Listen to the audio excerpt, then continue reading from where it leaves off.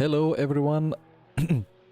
My apologies, I have just poured a whole liter of water directly into my lungs, so I might be coughing for a little bit and I might be a bit more red than normal.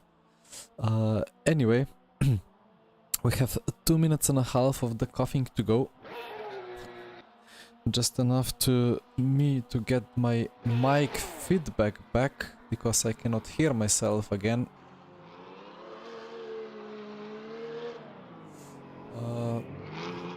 But either way, we will be taking some nice Corvette around. There is... oh. It's it's so much easier to talk in headphones if you can hear yourself a little bit. Alright. Hi Fabio. Well, we will be racing against Fabio today. Let's see. I hope Corvette has any chance. I hope I have any chance, because well, long time no drive on the Corvette on the default setup, so let's see how that goes. Why is this scene? Ah, it's working, okay. Veta is good here, I hope it is. I mean, it better be. Is there anything else in the setup? Well, let's see the brake bias. I mean, we will see the brake bias in quali session.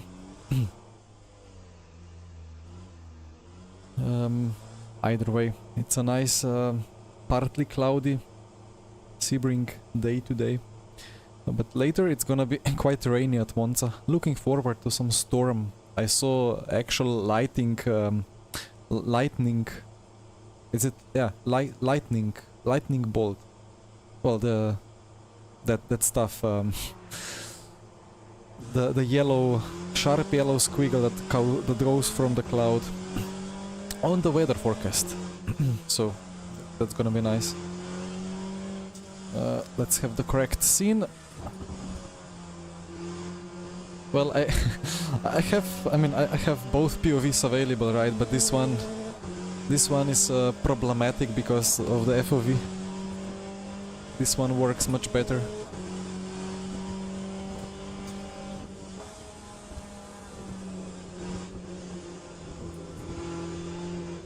Oh, that's understeer. I mean, okay, tires are cold, but still.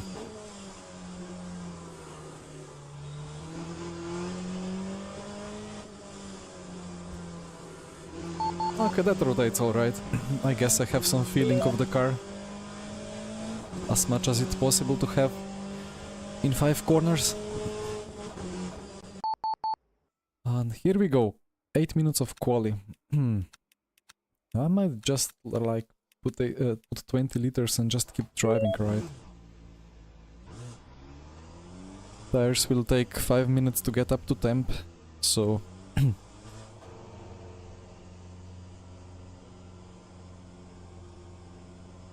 Hi Angel, hi Pete. Yeah, I missed some messages.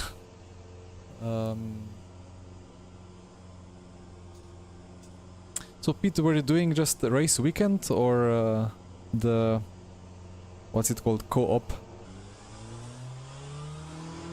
I've never really done like a normal race weekend. I saw there are some Steam challenges, or like Steam those, what is it? When you get like Steam achievements that you get if you complete some race weekends.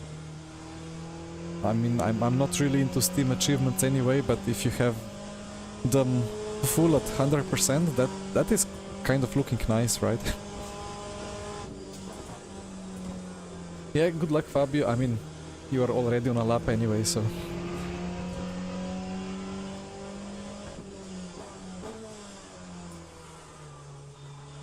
LMP2... Ah, alright. I mean, AI is really good in this sim. I mean, I was enjoying racing against the AI in F1 Challenge, which is a predecessor to this game from more than 20 years ago, and it still had kind of alright AI. And here it's much improved, so it's gonna be always a good experience. Hi Yanis.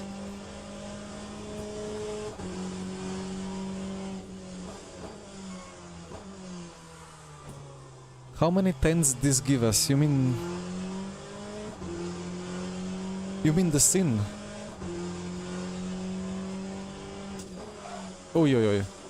That's a lockup. I mean, tires are cold, but let's go to like 48. Let's quickly close this. Let's reset FFB. Alright.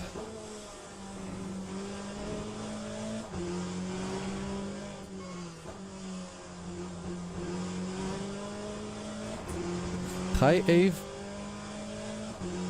I'm very much looking forward to the GT3s. I'm really looking forward to test back to back the GT3 720S, the McLaren. I heard it in the teaser. BMW and the McLaren sounds.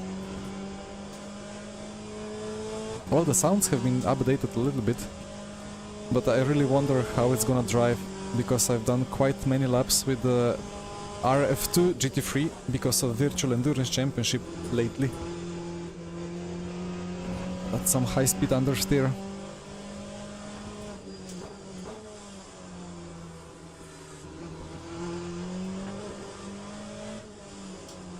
But here it rotates beautifully.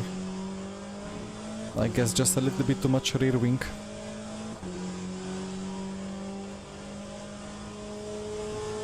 I mean, if they play it correctly, if there are some good good updates besides the GT3s, if the servers are stable and if they make some nice, well, release parties, then I suppose there will be for a week or two over 1,000 people playing it. Like, I think LMU is peaking around 500, 600 per day now. Maybe it can go up to 2,000 per day. And then if it's enjoyable and if it's stable and if it's a good experience, then it's just so much better experience than any other sim, in my opinion. I mean, I have not driven the GT3s yet, but if I can extrapolate from my experience from other cars, so hopefully it's gonna be big for LMU. Why is my fan off?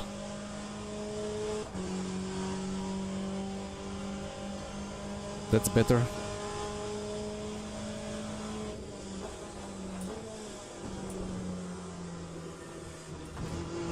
No purple sectors yet.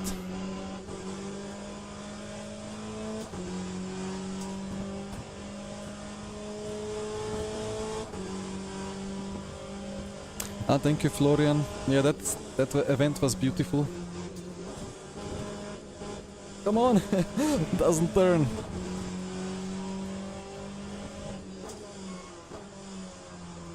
But yeah, the fuel-saving races are always quite funny because everybody's just battling amongst themselves and going full push, and then they need to spend half a minute more in the pits and so on. Hi Kamal, when are you mean the GT3s?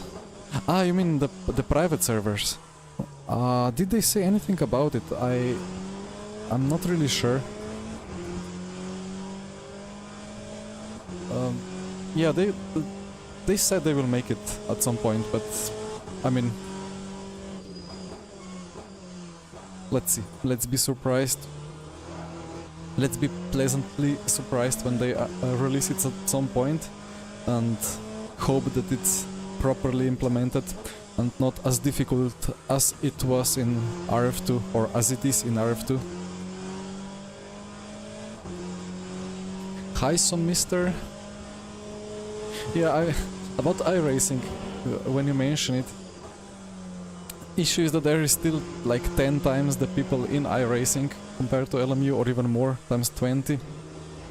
So then my team is, of course, I mean, I understand, like my team is pushing me to do a little bit more of iracing, and to be honest, I would quite enjoy some challenge of different racing that iracing provides. So I think if everything goes according to the plan, I might try an iracing stream tomorrow. Alright, last quali attempt. Let me try to make a 58 here.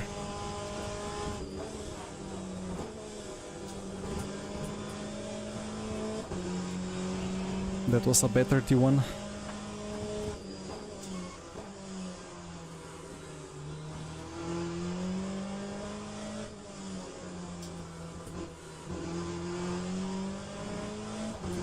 Slightly too hesitant on throttle there. The rotation in low speed is quite nice, so it needs to be used.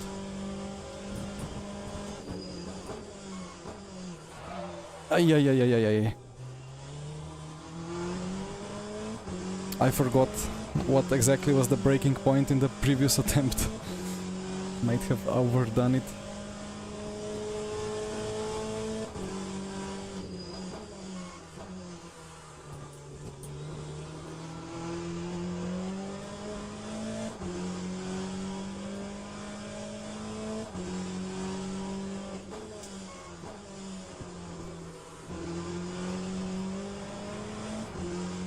Well, dear Delta, please be green.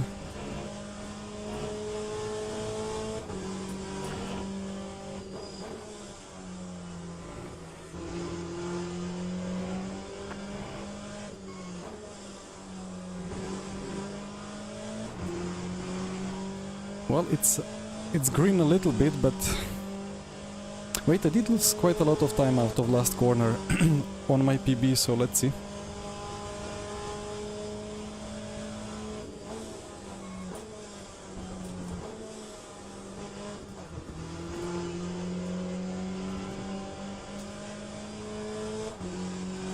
Well, not that much. Alright. The Ferrari in P1 is fast.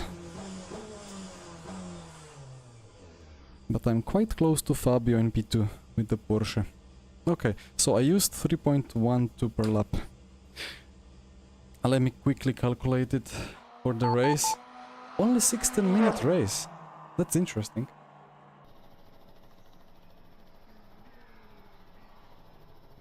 Around 19, it's gonna be 8 or 9 laps. If it's 9, it's gonna be 28.8. Is that right? Only 16 minutes. That's surprising. Let's take 30 and a bit less of brake bias. Alright. Right. Make LMU great again. Well, if it gets the interest of the initial first 2 weeks after the initial release, when there were like 4K players, that's gonna be a beautiful sight, and it will actually be stable. Like in the first weeks it was terrible, so many bugs, so many crashes and everything, but it was still nice. And if those 4K people come now, they will stay for much longer. And well, yeah, the schedule, they are doing their best to keep the schedule kind of interesting and relevant. The races are fine. I kind of liked how it was possible before in the previous weeks to like jump from beginner to intermediate, because they were at the same times. But then at the same time, it's nice now, because whenever you jump, you have max 23 minutes to the next race, and that's alright.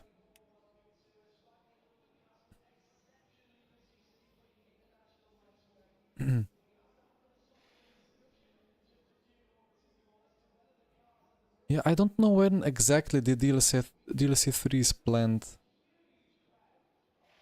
And, well, they did say Q4 for DLC 3 and then Q1. I don't think it's gonna be before AC Evo. Probably it's gonna be maybe more like February or March. Well, let's see. They increased the start counter here. Anyway, do we need this? Nah. Power cut 2. I will leave this on 7. Anything else? Lights on. And let's hope What's this about? Catch up, alright.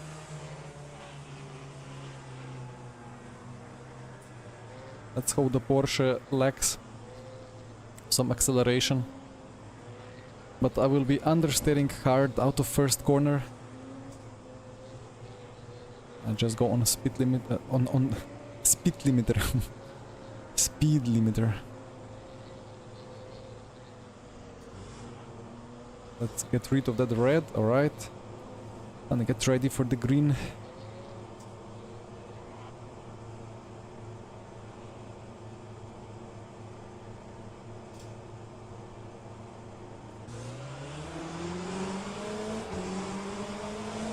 Nice launch.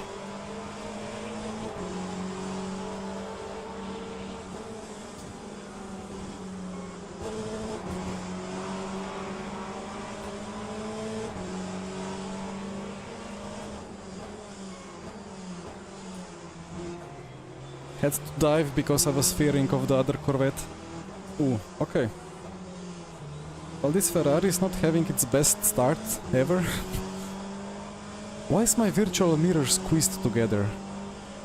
I saw that happening before. Anyway.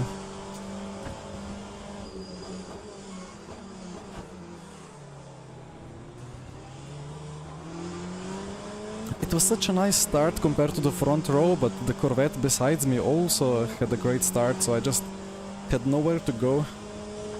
But I guess the start worked out well.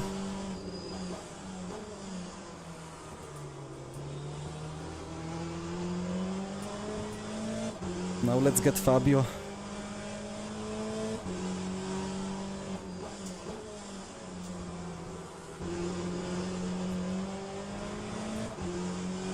But I suppose Ferrari from behind will pressure me all the way.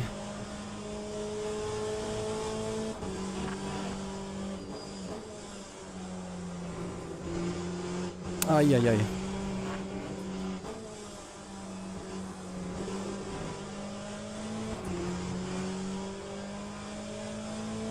Oh, the pole position guy had a problem or what? Yeah, he disappeared. Poor man. He was so quick in quali.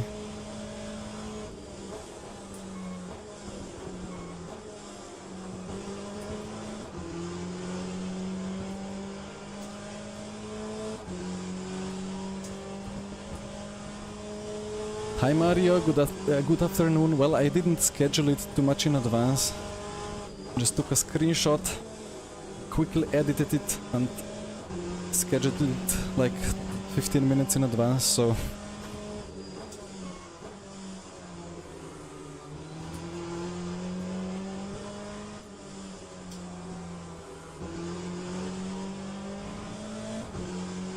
How do LFM schedule work? LFM... well, I guess LFM schedule is only visible on Low Fuel Motorsports itself, on the website. Although, to be honest, about LFM, I never really used it, you know.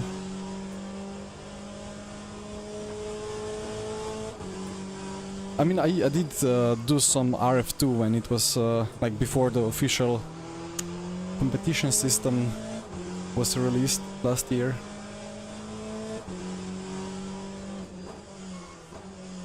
And about FOV, well, I used 49-inch monitor, like it's curved, and FOV is 26. Like it might be also camera position because it's kind of at an angle towards the screen. Fabio grass dipping the tires. Ah, LMU, alright. Well, you have the schedule either visible in the LMU Discord, but you only have the exact hours specified for the weekly and for the special events. For the dailies, so beginner, intermediate and advanced, you only have combinations. And then inside the game, you have, well, you have actual schedule, like for each day, at what hour certain event is. But that's only for daily races. So yeah, in game you only see daily races, and then in LMU Discord you only see the exact times for the weekly and the specials.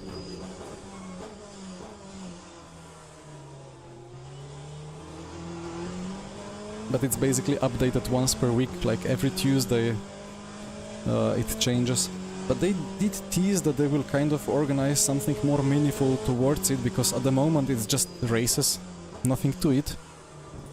But I believe it's been said that they will kind of make something similar to iracing. So there will be like a points system, kind of a championship. Oh, that's third gear. Why didn't I downshift? I keep saying kind of because I have no idea what exactly they are thinking of, but I'm looking forward to having some more meaning and some more complexity in it. That was a tough line through that 3 corners, but I'm catching P1, that's good to see. Brand logos. This is quite nice. Actually, what I did is I found a post in the Tiny Pedal plugin. Come on, turn. In the forum topic. I think it's on the Studio 397 forum, like the place where Tiny Pedal plugin is released. On some post there was one very friendly guy who did actually these logos and uploaded them. So I just downloaded them, put them into the correct folder, reloaded Tiny Pedal plugin, and they worked. Same for R Factor 2. I think you just need, like, there are some clicks you need to do, so you just have to read through the, well, through the notes of how each feature works in the overlay.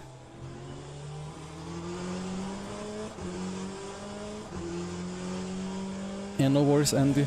It was slightly tricky, like I tried to make it work and it just didn't show up, so I had to click around a little bit, but at some point it was like it immediately worked, but when I restarted it, it didn't work anymore. But I don't know what I did wrong. I was still learning how to use this Tiny Pedal overlay, but now it works, like both RF2 and LMU.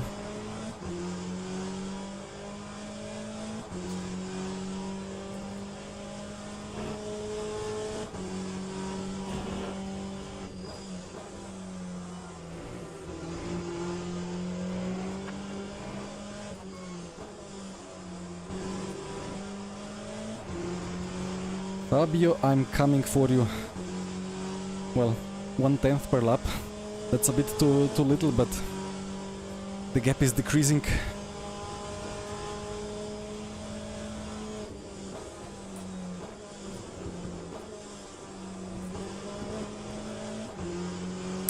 For the tire compound, it's basically it knows what the compound is, but it knows only the number. Like if it's soft, medium, hard, wet, it knows that it's 0, 1, 2, 3.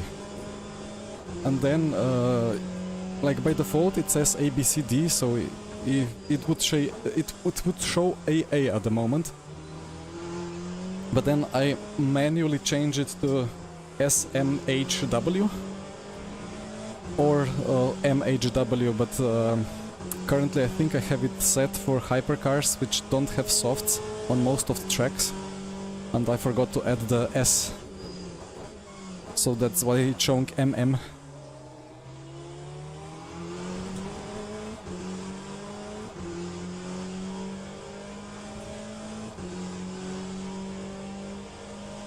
Almost in the slipstream.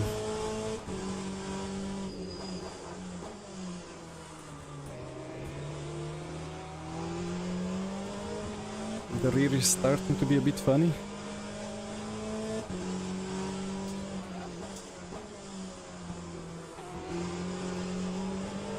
And at the same time I think I had a little bit of a front right lockup into previous corner, which is not great.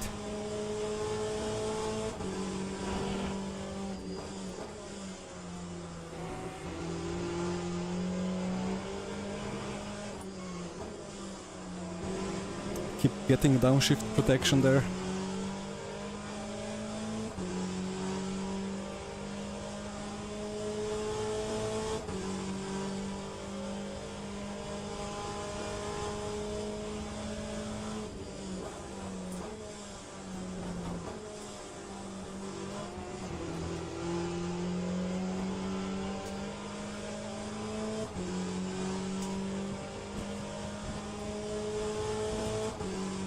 Yeah, the profiles, I have not really looked into profiles, to be honest.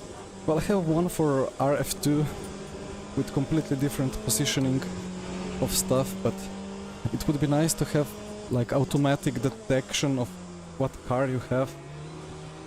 But I mean, it's just kind of an free time fun project for the guy who develops this thing, so cannot expect crazy detailed features.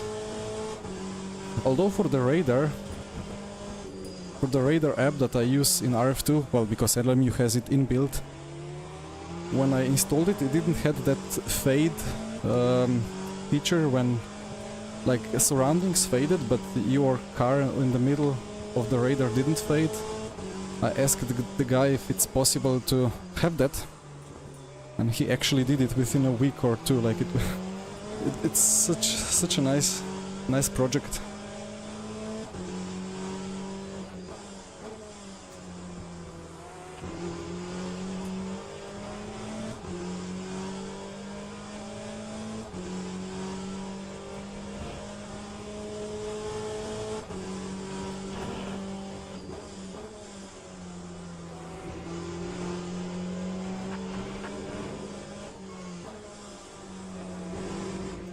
Understeer.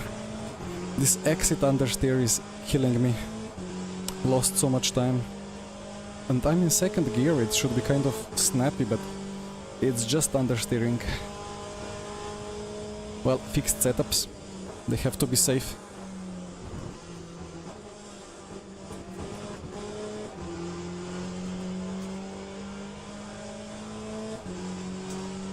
Come on. What is it? 3 more laps? Ah, it's borderline between 2 and 3 more laps.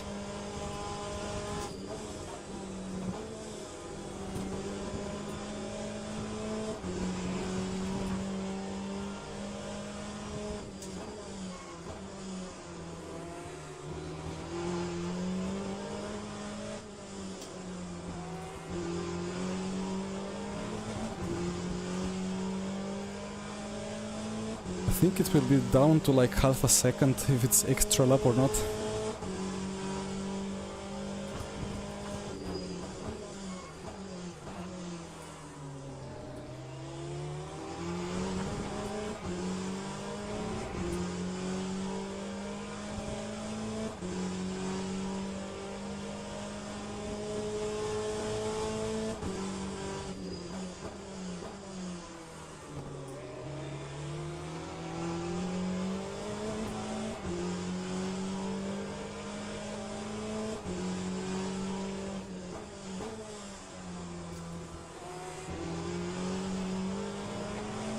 I think the Porsche has just slightly better front downforce compared to the C8R, potentially.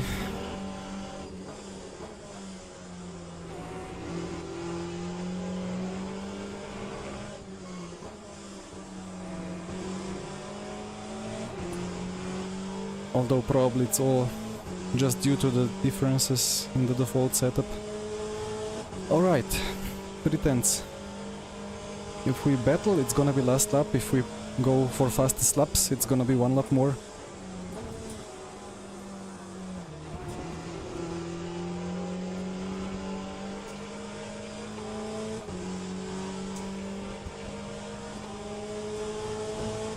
I think this is the last lap, yeah. 1 lap to go.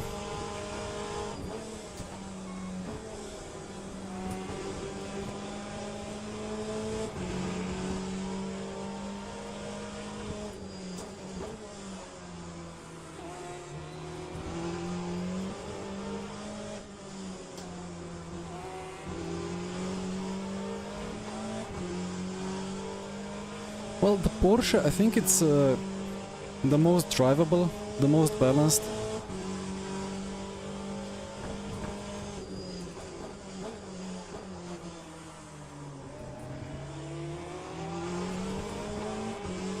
But depends on the track, of course. It's not the fastest in the straights.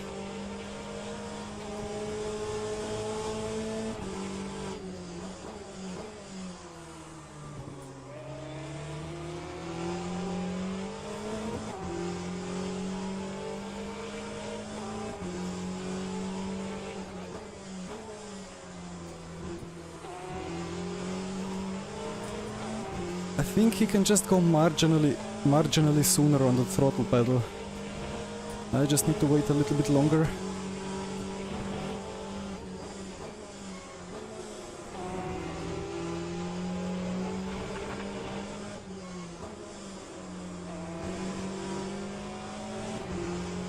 I couldn't be closer. He pulled such a gap now.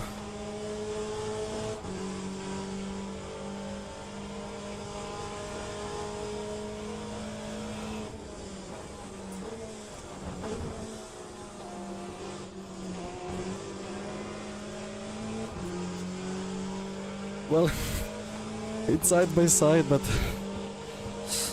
he had the better run through it. GG Fabio. It's.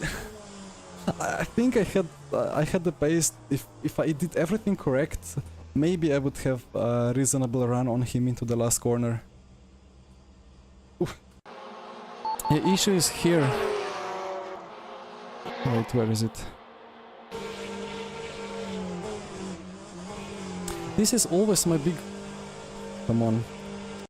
Dear replay, why you not work? Okay, through this section, like, here I'm close enough, like if I stay like this, I will be able to attack, but the issue is that you cannot see through the car. And then these curbs are so important to ride them like Fabio did. GG Fabio, nice race. And yeah, I didn't know where the curb is, and then if you put all four, like if you put the left tires on the curb, it's gonna understeer. And it's not possible really to see where to put the car. And then this curb as well, I kind of hooked it just marginally in a way that I could carry the speed. And then here the same. Like you turn in, kind of, but then you don't really see where the apex is, and I messed it up completely. And this is not the first time that I've had this issue. It's just difficult to prepare a move. But well, Fabio nailed every single apex as well, so... It was still a cheeky dive into the apex here. And then I was counting on the bumps killing Fabio, but... Well, the Porsche eat them, or like ate them, and pulled away. What happened at the start, by the way? Let's quickly check. I have... Wait, how much time I have? I have 10 more minutes. It's quite a short race. Yeah, I guess I was gaining on you, Fabio, from the exit of the first sector and then through the hairpin.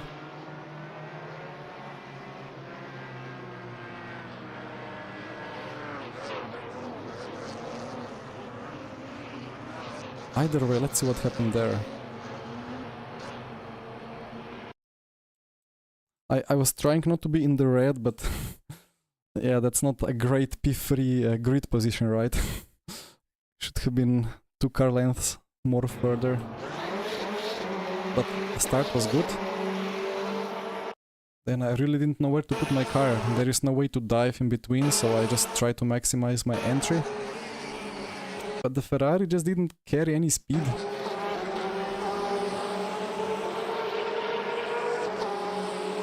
Luckily, I found this gap just to brake, but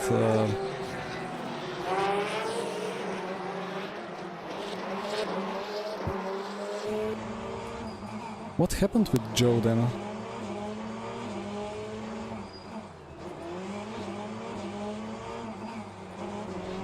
I think something happened here.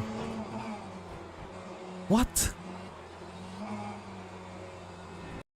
There was something wrong from the get-go or what? Or he tried to do back to front challenge. Must have been a bug with the start. That's so weird. Sometimes you can get that penalty if you drive too quickly away from the grid. But I'm trying to figure out...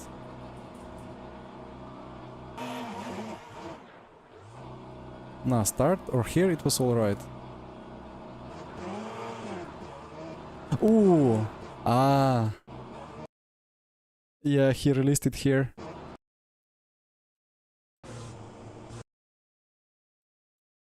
He released it too early, the pit limiter.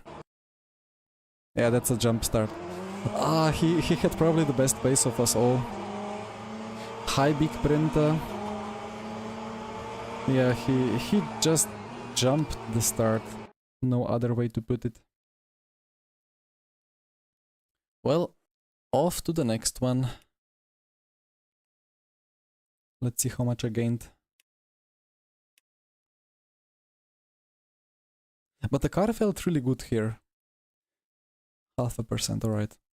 What was the last time? I think I tried to take this car around Le Mans, but the low downforce setup on this car was so twitchy that I just changed the car. But here it handled really well. Back to online. And now we switch to the Porsche. Porsche fixed. Still partly cloudy.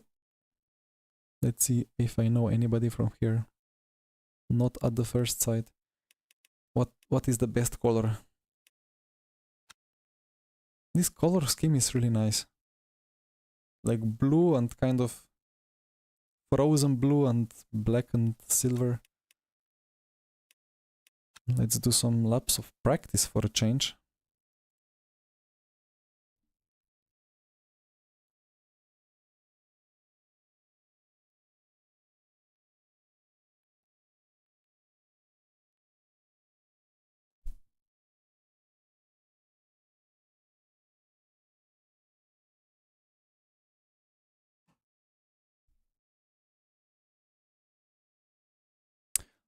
Is my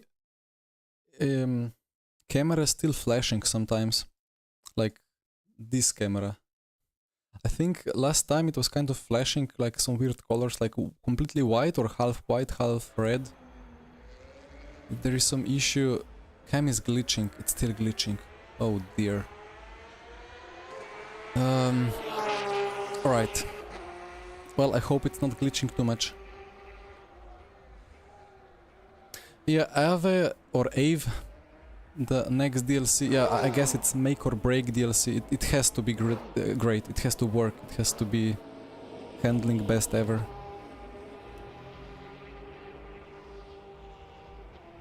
Fabio, I'll do this and then I'll do the Spa multiclass and then LMP2 Bahrain. Please don't be too prepared for LMP2 Bahrain, otherwise you will eat me alive. Well, enjoy eating me alive as well if you want that. No worries. Right, let's see some Porsche.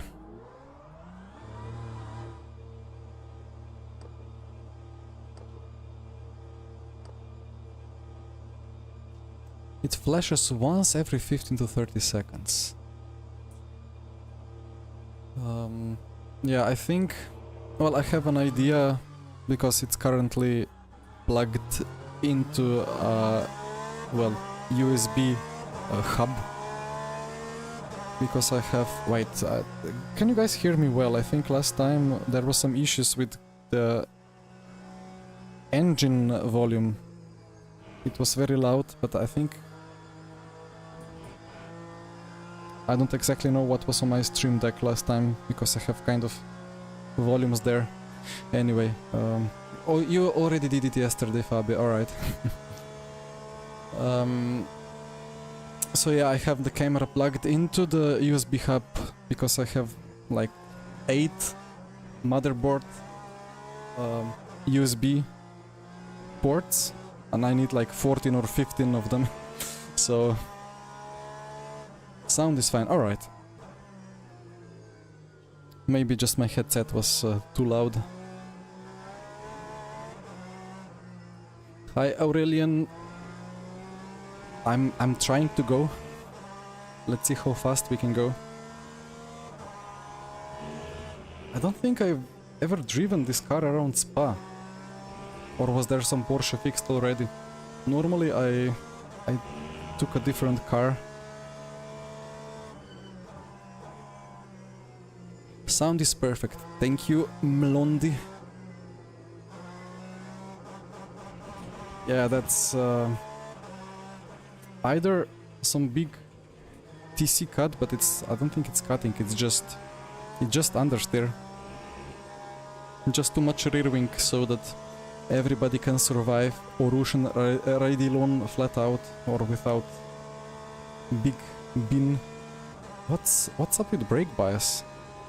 The Porsche, I think it has to be like 47. Engine sound is a bit too low. Okay, I maybe have decreased it a bit. Wait. Maybe it's better now. Oi! Nice snap. Orush cut. Has it been adjusted? It's still locking up with 47 bias. 46.5.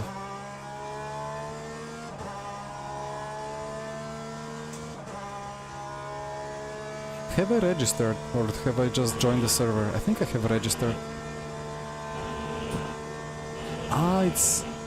Okay, I see. It's there is a cut. How did you manage to pronounce it? Well, if you ask Slavic people to just read words like they are written, they will do it perfectly.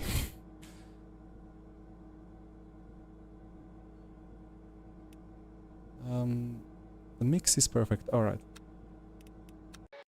Well, that was one lap of practice. I did register. I was scared because one time I just clicked join and forgot to register and now I have PTSD from that. 60-minute race again. It could be a bit longer, you know. But alright. 8 minutes quali, 16-minute race. That's weird ratio. Would be nice with like 4, 5 and or like 3, 5 and 20.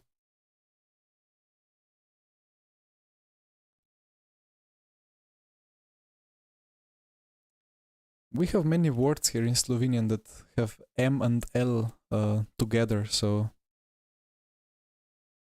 it's very natural. But I can imagine how it's a tongue breaker for some.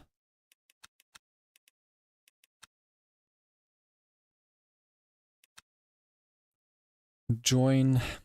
I wonder if this clicking between different tabs is actually enabling the join button to show up quicker or not. It feels like it does, but might be just a psychology trick. Actually, I was talking about tiny pedal. No, where is it? Overlay, no, config, units and symbols, and then let's add the S and save. So it will actually show the correct letters. Oh, Uroš is doing this as well.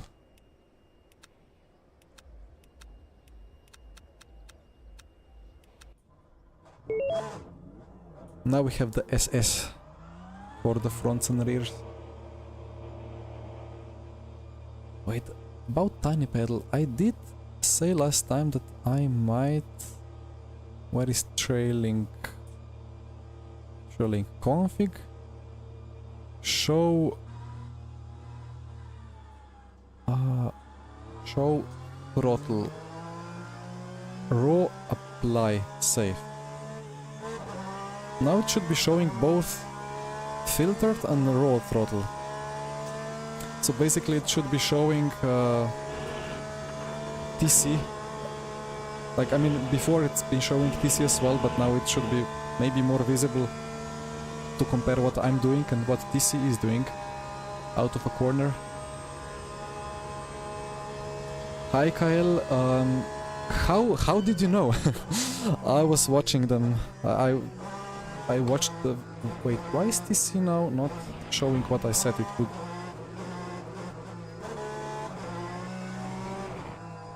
I want to know what's going on there. Show raw throttle.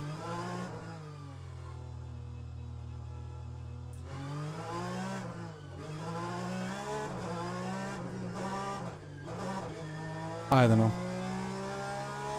I think I'm just not using the TC enough, to be honest. Maybe it will be apparent what I'm trying to show at some point.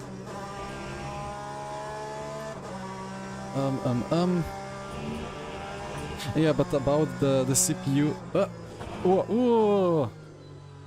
That hasn't happened for a long time for me.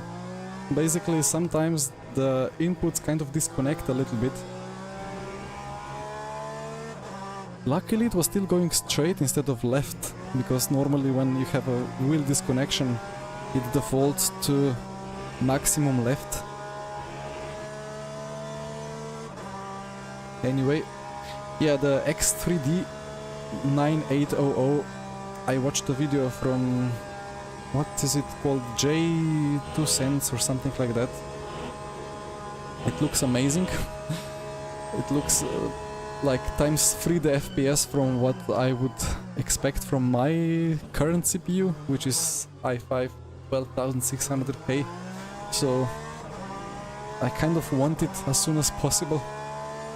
Hi Go Freaky, what is your Spa setup? Well, at the moment this is Porsche fixed, so the only thing that's different is, well, brake bias that I forgot at way too high values.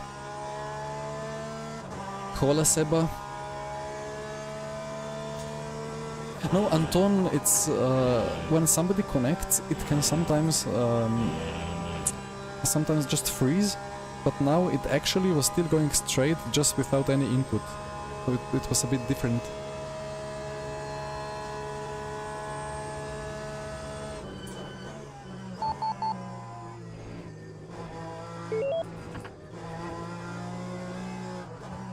Alright, well, quali, here we go.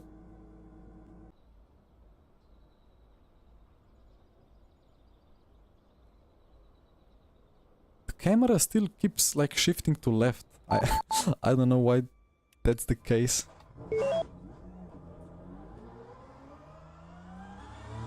I kept 21 liters anyway. Probably doesn't matter too much. So DC power cut 2.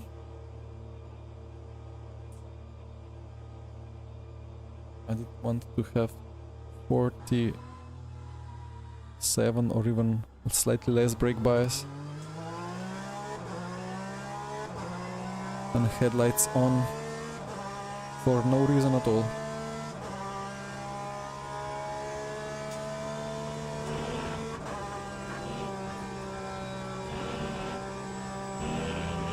But it seems like the Raidillon Apex curb has updated cuts. I have missed that update.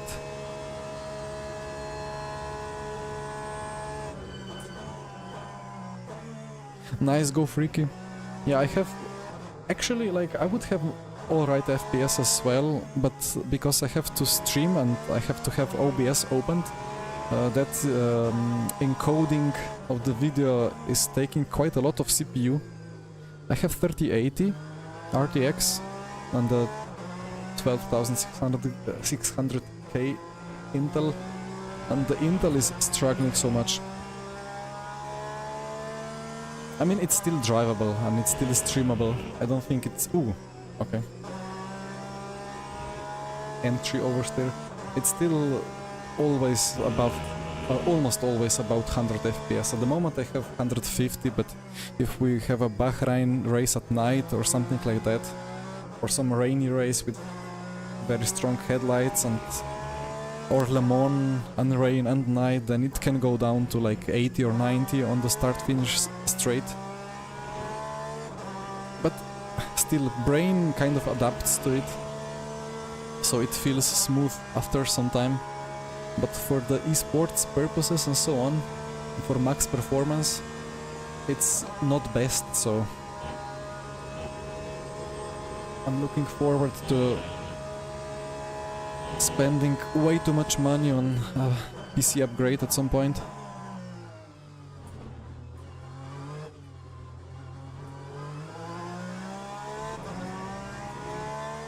Anton, I just left it at what it was there.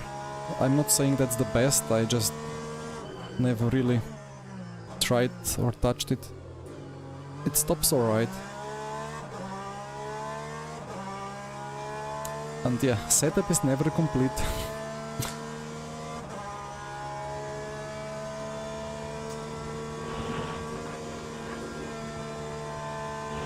I mean, I had actually a complete setup at some point. The only thing that was not complete was that I didn't have ultra-wide monitor, I just have a normal one. I had a normal 27-inch one, and at some point I wanted the ultra-wide.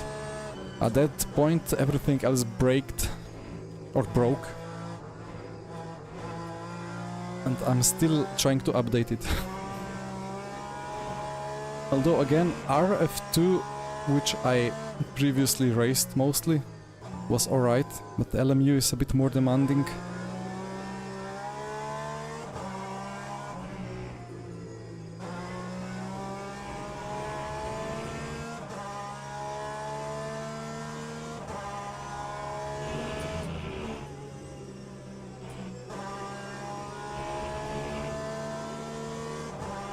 And this car is so stable, except for pull-on entry, but with a bit less brake, it's fine.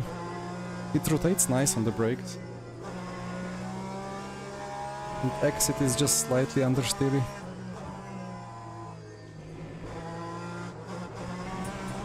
Is that a cut? Luckily no. But it's 2 purple sectors. Beautiful. Latency issues in a private session. Interesting.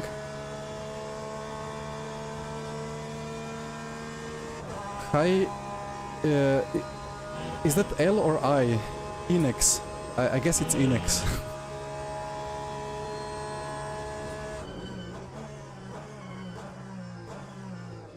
I did that last time. Exactly the same thing. 2 purples and a spin. Well, maybe it was not 2 purples last time, but it was with the LMP2. I kind of was anticipating it, but I didn't think... I didn't thought it gonna be that aggressive. Bus stop is so difficult in both RF2 and LMU. Well, 2 more attempts. Ooh. Maybe the brake bias is, after all, a bit too far behind, but I don't think it's brake bias, it's just the suspension or the camber of the corner. That's a cut? Oh no. Oh no. My quali session is disintegrating.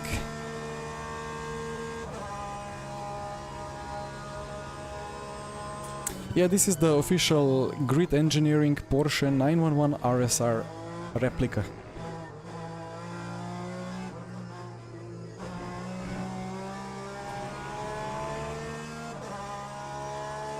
So finally it kind of fits the car, right?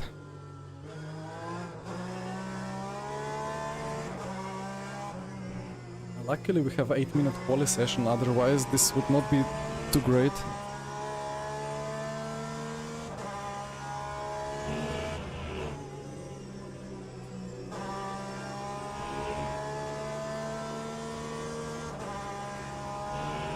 Yeah, it's a beautiful steering wheel. And it's really good to have it customizable with the LCD and with LEDs and so on through SimHub. Hi Jake.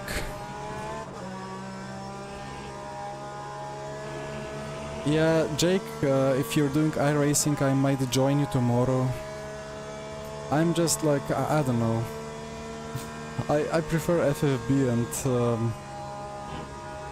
and comfort of a sim that I know better, but I will do some iracing. Right, so it just jumps over that curb. Well, let's see the lap time. 2:17.7. Okay.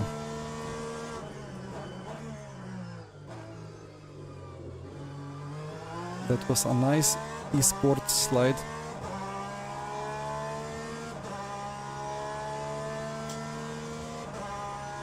Good day, Daniele.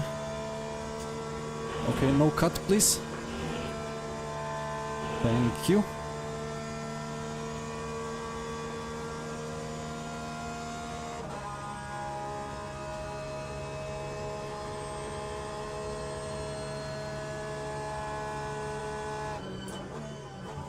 Oh, the upgrade from the Logitech to direct drive will be nice. For sure. Daniele, no weekly today. I will do weekly on the weekend. I think I'll do one weekly on most likely on Sunday, and then maybe the other one on the next Monday. This week is just a bit hectic and I'm not at home in the evening, so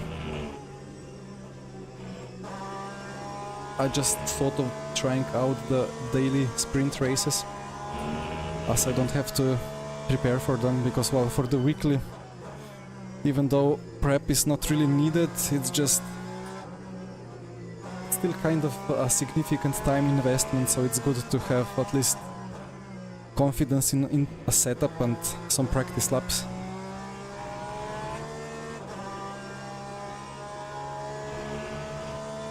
Well, that sector 2 has not been the greatest. I had to hesitate a bit on the power. So I need to gain 3 more tenths. And I must not spin.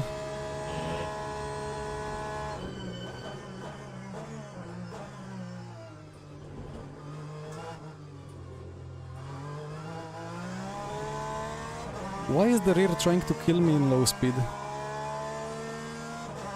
Across the line in P2. Alright. P2 is fine.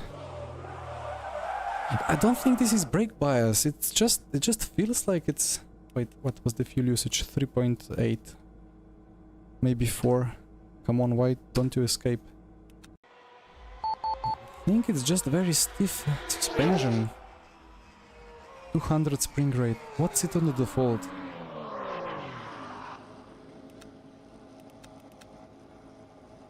I don't know.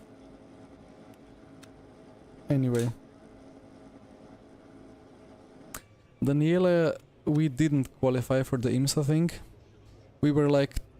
I mean, I was 2 tenths and a half from the top iRacing drivers, like Sven Haase and some others. I think they did 1.9 something. What was the lap times?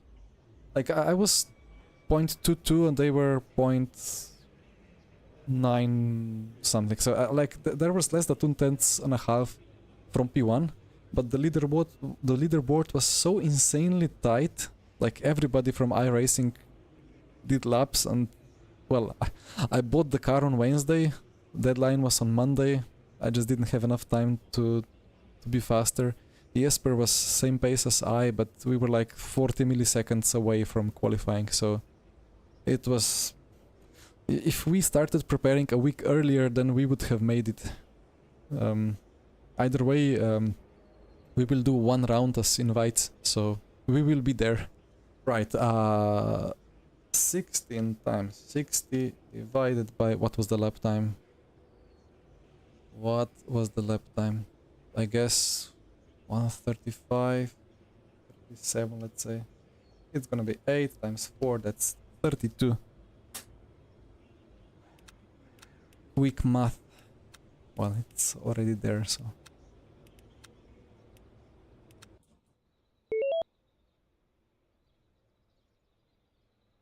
And the brake bias will go to, I don't know, 47.8. TC, maybe I will have a bit more TC now. I'm scared of those exit snaps.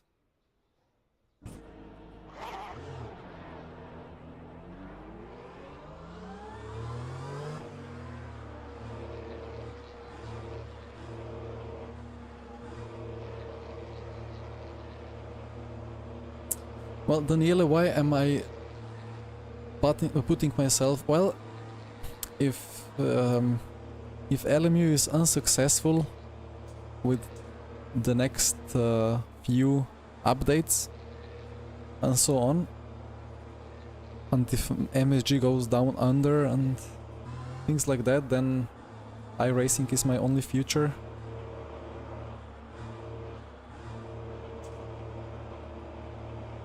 I will try not to suffer through it, but enjoy it if I can somehow. And we are racing.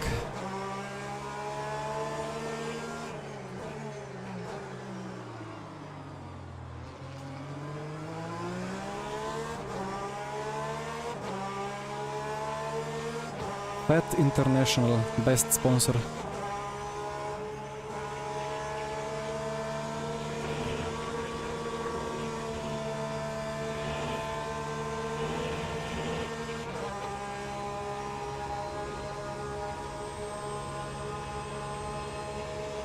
Where is the draft? I thought I'm gonna have some overspeed.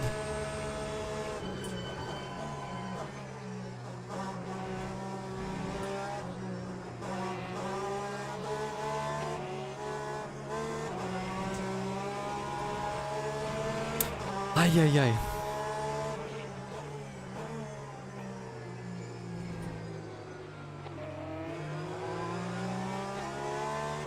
I mean, trying to find a switchback through Lecombe chicane is wishful thinking anyway. It never works.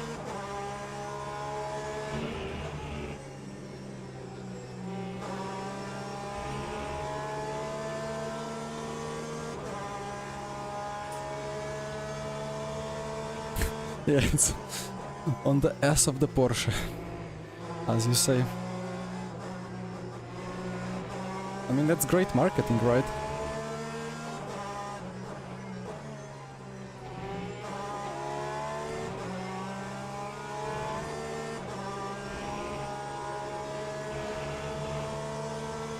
Let's go, slipstream 3/10.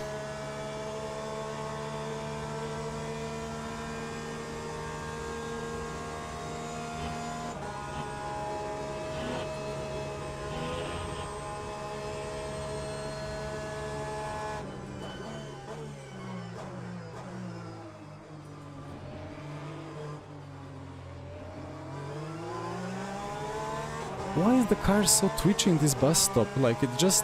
the rear is just trying to... I don't know. I mean, it turns very nice, but... would be nice if it was a bit more stable.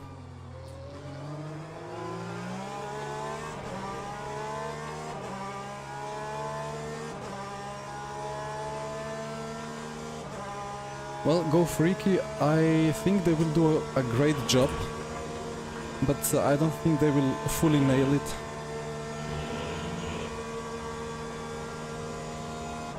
They will, like, they know what they know what they are doing with the sounds, but they still, like, they don't have probably top-notch sound people in there.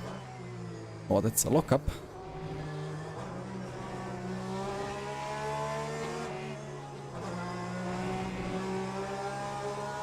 Yeah, that's never gonna work. I'll switch back around there, and then outside of this corner is hopeless.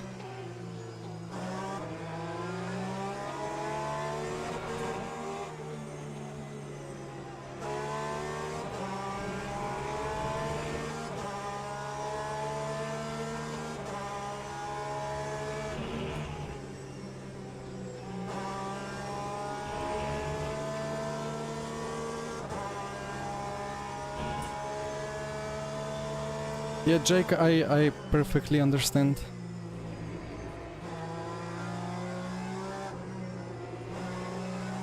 I still want to drive it, because there is a chance that it goes very well in the future.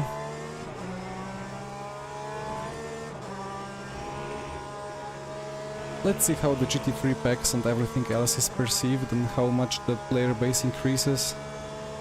And then if we get some announcements of potential Le Mans virtual things.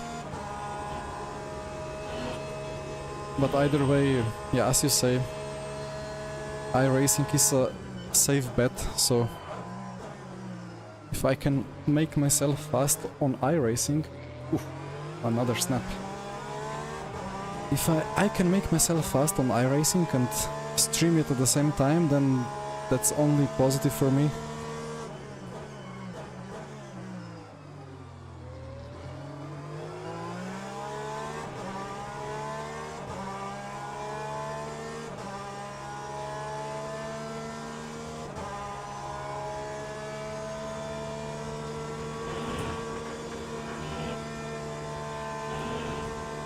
I thought it was in the trailer, I thought it was the BMW and the McLaren, but it might be the Corvette.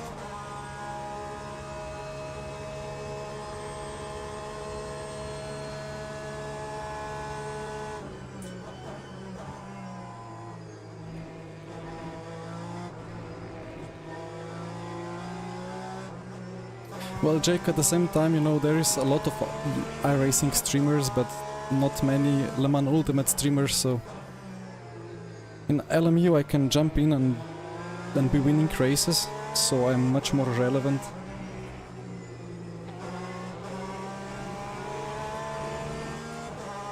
It's just a very complex situation all around. I was supposed to be esports driver, but at the moment I am kind of esports stream, like, I don't know what am I. I stream races and do kind of well in them.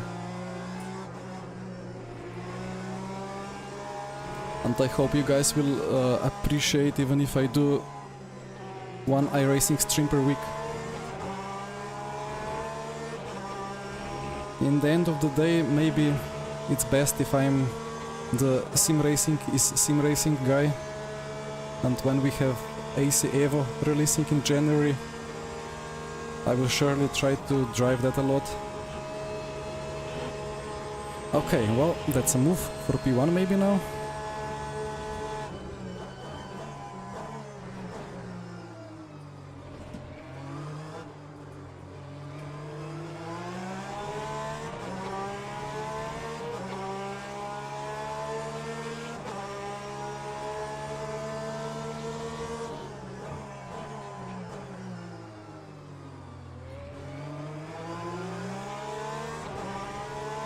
Should have died for the apex. Maybe some laps later if I'm still not leading.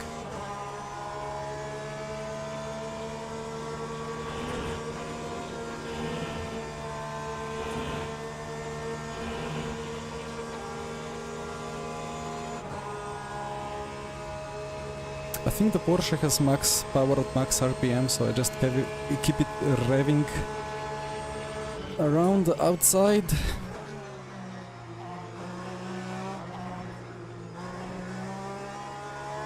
He's still there. No, understeer.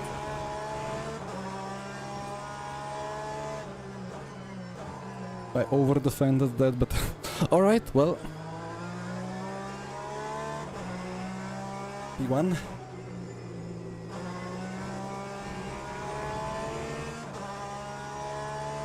Maybe slightly unrealistic move for real-life racing standards, because if you go around there on the outside, you will just be run out of track.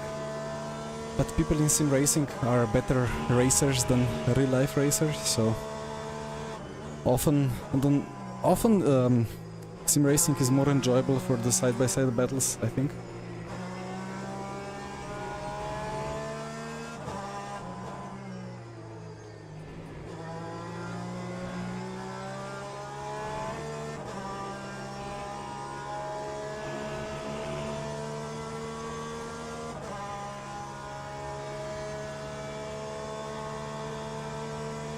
Well, the sound is mostly related to the 720 from R Factor, so... But that one is not the most realistic either, so it... I don't know. I would still think it's 90% chance for the McLaren and 10% for the Corvette. The Lexus, ooh. Hi Andy. Well, do you know when is Le Mans Virtual? As soon as there is Le Mans Virtual, I have no reason for iracing.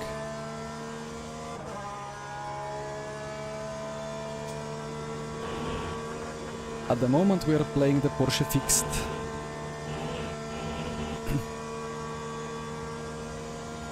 But yeah, let's see tomorrow. I don't even know how iracing works. I will stream it tomorrow, most likely, so...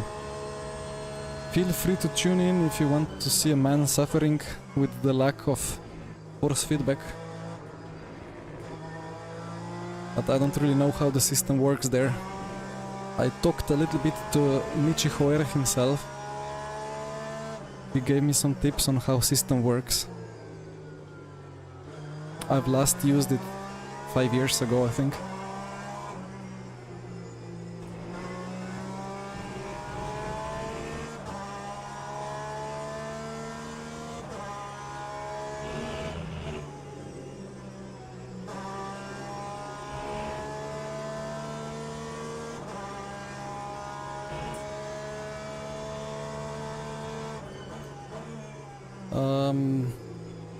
Well, and if you mean about iracing, I have no idea where I will start, but I have 3,333 I rating at the moment.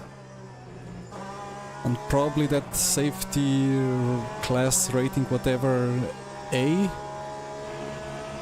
So it shouldn't be like rookies, it should be quite somewhere already.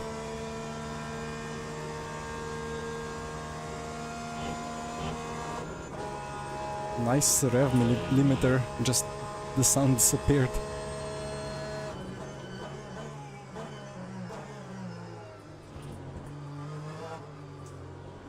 The car is a lot more stable now than it was in qualifying.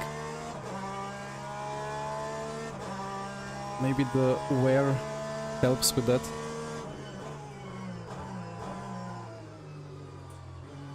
Or maybe it's just the brake bias. Yeah, it's 1% more towards front.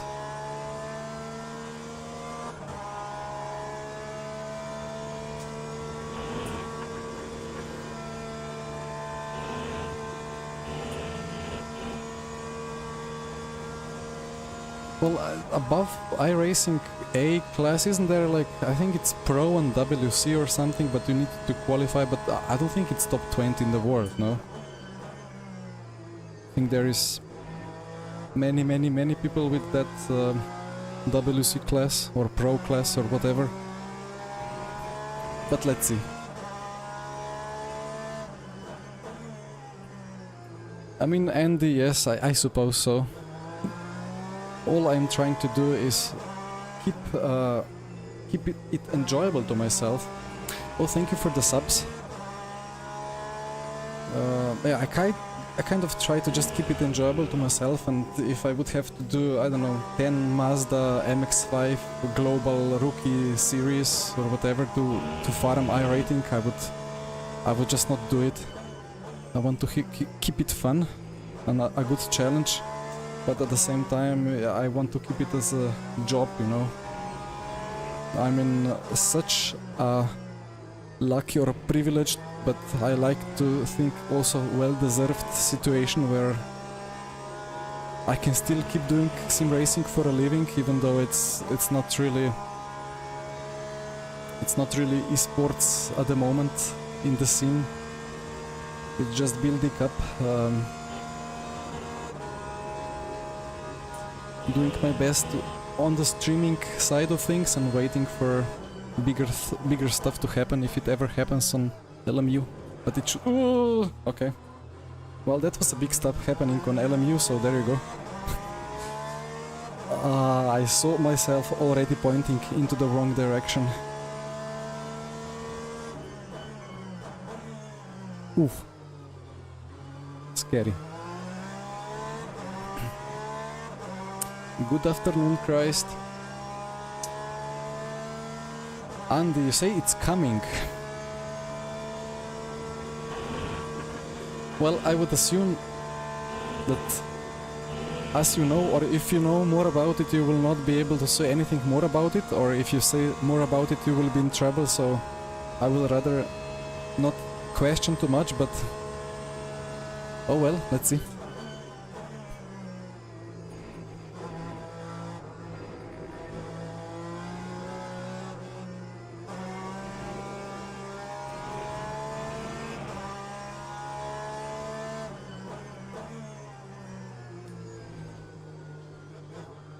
In NASCAR Coca-Cola. I think NASCAR is such a nice series, to be honest. I did never drive it in iRacing, so I don't know how the cars feel. I fear it's the same as all other cars. So not much grip on the front, and just need to be on the nose, on the brake through the whole corner and the apex. Oi, what? I think LMU knows that I'm talking about iRacing. It just wants to kill me.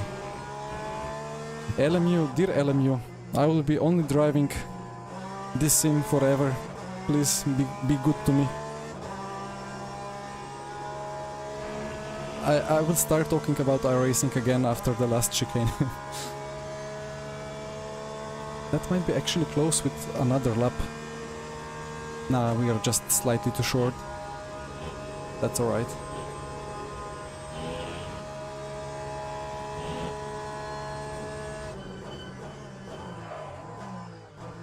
Lock up.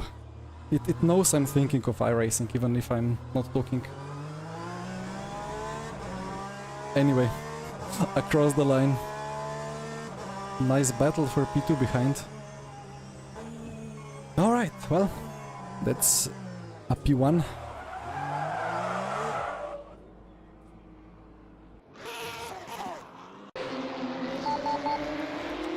So what more did I want to say about iRacing?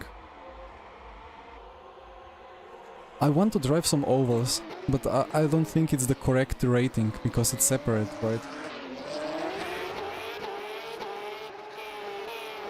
Now talk about AC Evo. What can I say about AC Evo? I watched the Traction GG podcast with Mr. Misha Sharudin himself. And that one sounds... I mean, I guess Misha indirectly leaked a lot of things just by smiling at certain phases of the interview. So it sounds like it's gonna be a very, very good thing. Good game, good thing to play, to stream, to enjoy, to race.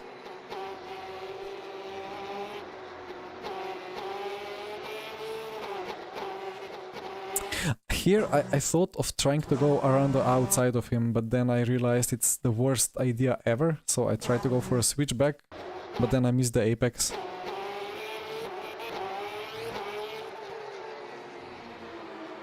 When did I actually overtake? Must have been here.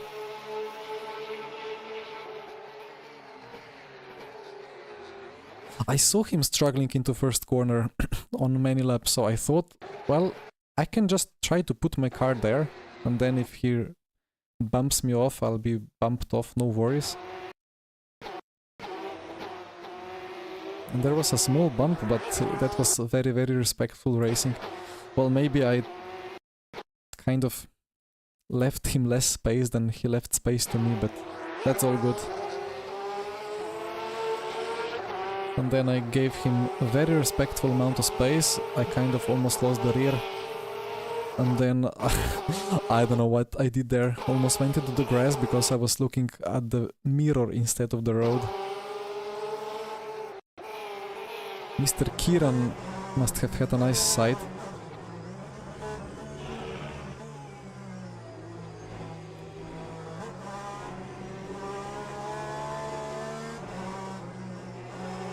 Ah, Big Brenta, it was you.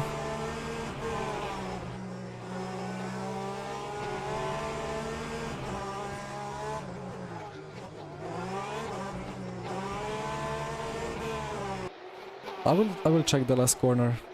Just trying to think what happened there. It must felt like you let him through.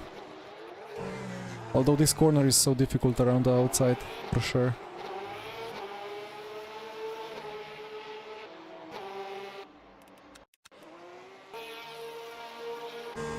This is the last? Yeah, this is the last lap.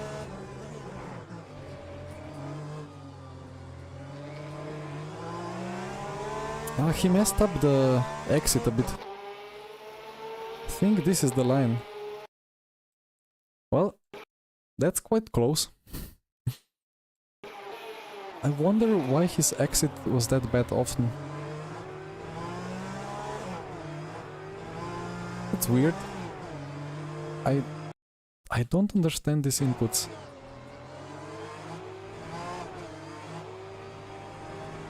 He just lifted a lot. But his pace was really good across the whole race, so I'm not sure what happened there. Anyway. Ah, you got a pen for that! Ah! Yeah, because you touched the gravel. ACC server really funny yesterday, 24-hour down. That's weird. If there was not a huge update, then that's very weird indeed. Right, a little bit of gold 1 increase here, but still long to go to get back to the R2 after all the issues that we had. Well, maximum SR gain, all for nothing. Alright, well, now we switch to the intermediates. And it's slightly bit larger gap than normally, but it's rain, so I will for sure need some laps to get used to it. So I did think this car was on the thumbnail, so let's finally respect the thumbnail. Yeah, we have the lightning. Let's see how much of water that means on the road.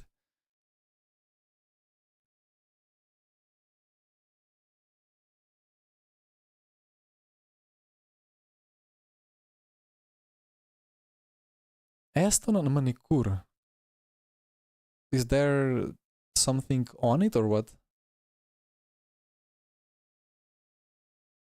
I didn't really follow too much of ACC news.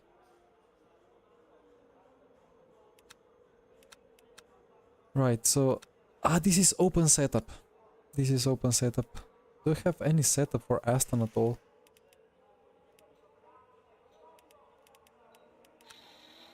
I don't have a setup.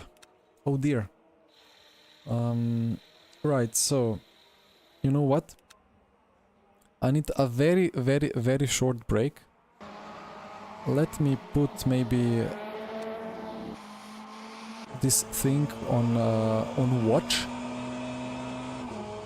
and I will be very right back.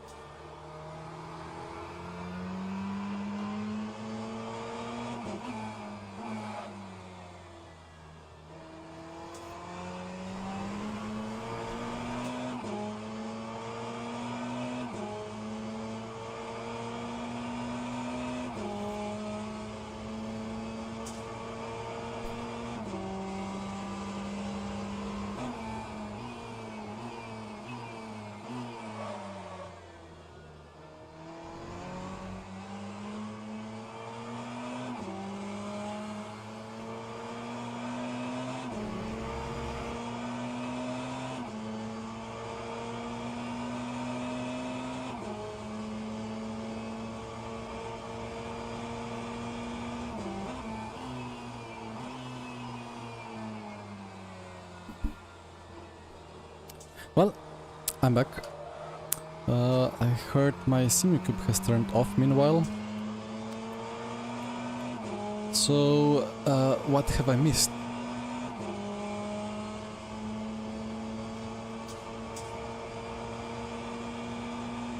Interlagos in December. Well, there is probably 50-50 chance, although I would argue it's more than 50. Nice lockup in the background.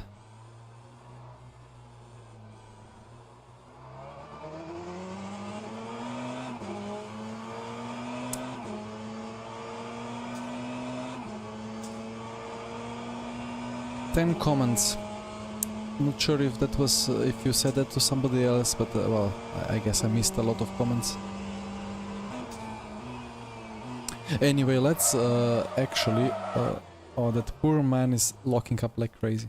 So let's maybe try to do a wet setup here quickly, because we kind of have 20 minutes to go. So what we need to have in the wet setup is of course wet tires. Cambers are minimum already, pressures are minimum. Then we need brake bias a lot to the rear. Maybe not 43, but like, let's say 46. Pedal blanking, well, this is... rear is already closed, maybe close the front a little bit. And then we go to suspension. And we remove the backers, we don't need that. We put the rear ride height to minimum, we put the spring rate to minimum. We go to dampers, we put them to minimum, we don't need them. We go to chassis and aero. We decrease the front ARB a little bit and see what happens. And about the rear wing, if it's gonna be wet like this, I wonder what to do with it, but let's maybe take 6. And let's see how this thing drives.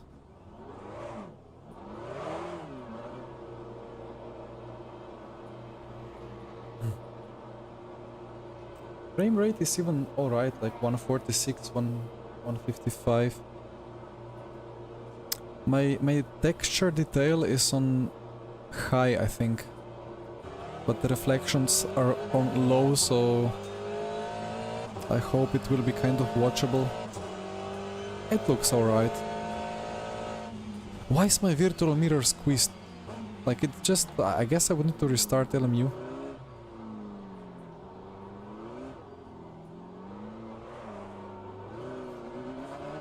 Yeah, I guess max DC. And then let's see, maybe cut 4 and then see what happens.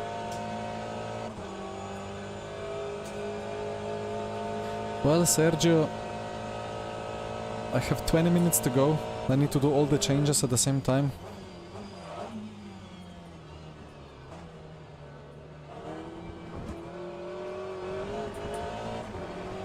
I think I was still locking the fronts.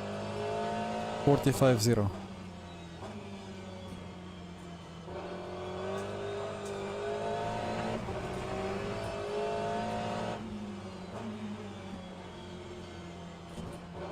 But I mean, for the wet setup, for the full wet setup, there is not really much rocket science. You just need to make it much softer and so on. Well, Sergio, we need Le Mans Ultimate Tire model updates to be implemented into RF2, and then we can get the best ever F1 simulation in the whole history. And then peak FSR will happen. Oh, change the scene, of course, thank you. Kind of forgot I had the old one.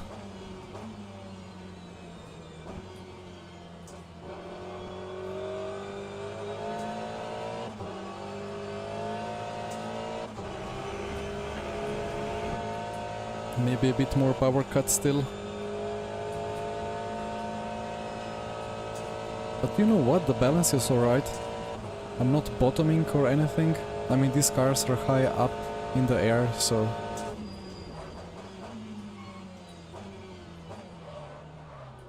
Okay, that was a bit over the board with the brake bias, so...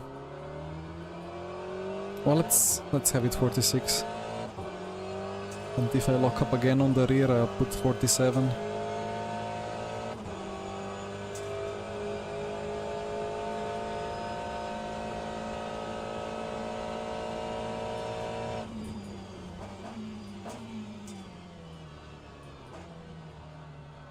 I lack a little bit of rotation at low speed.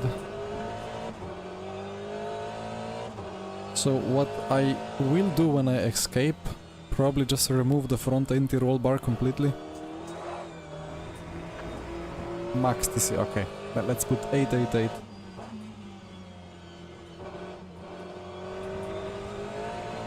Oh, that's too much. 878 maybe. I kind of really trust TC in this game, it works remarkably well.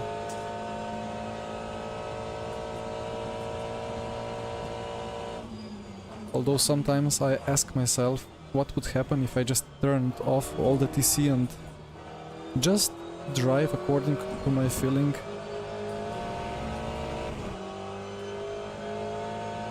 But in theory you cannot beat a computer. Computer is faster and more precise than a driver can ever be.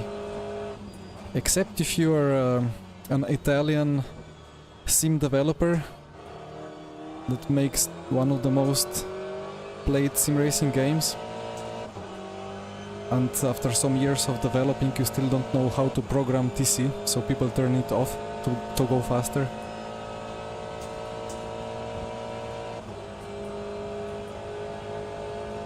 Or yeah, Sergio, except if you are. That's another option. Okay, brake bias too much to the rear. Let's go to garage. Let's make this setup fully crazy, so detach the ARBs. I fear about taking full rear wing. Actually, let me save this. As done that.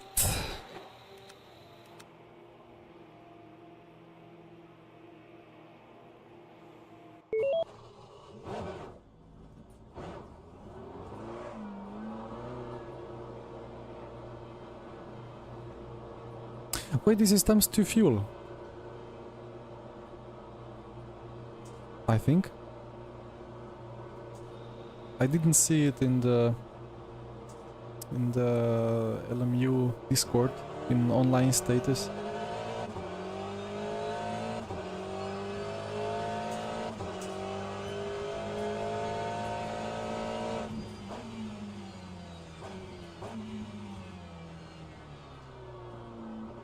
And it's rotating a bit better in low speed.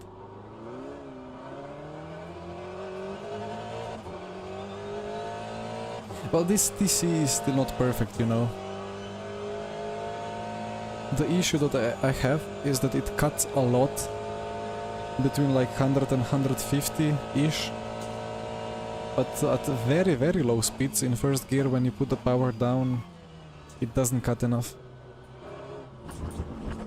Well, obviously because at 40 kph you need a very, very little throttle to induce a lot of wheel spin in these conditions.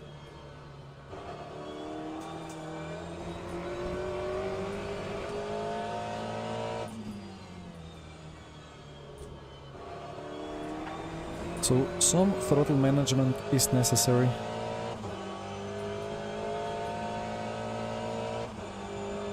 This is supposedly heavy rain and extremely wet track.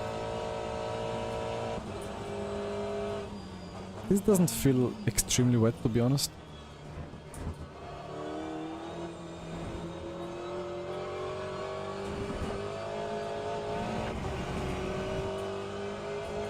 And I would very much appreciate if Studio 397 at some point, I did say that already before I think, but that Studio 397 would invest a little bit of time and put proper difference in grip levels in the wet for curbs and painted surfaces and so on, because at the moment it just grips, like there is no issue with anything. And these puddles, which are just visual and doesn't affect the physics, it's a bit annoying. Why put the puddles on there if they don't do anything?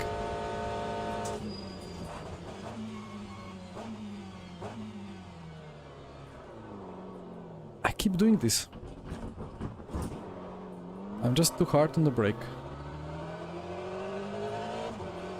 Or maybe it's the brake bias. Let's have 48. I don't really know what the normal brake bias for this car is in the dry. As my camera is glitching again. Yeah, now it's locking the front. Okay. So it needs to be like 47 at least.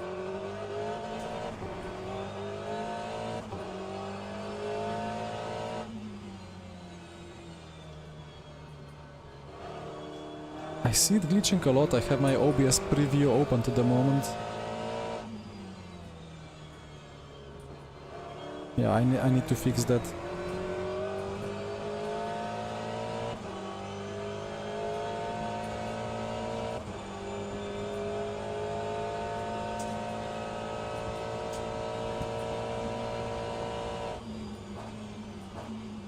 Right, so maybe let's do some clean laps now. For now I've been just pushing to fill the limits. But maybe now let's concentrate on doing a lap. The CP1 with Porsche is doing 0.8.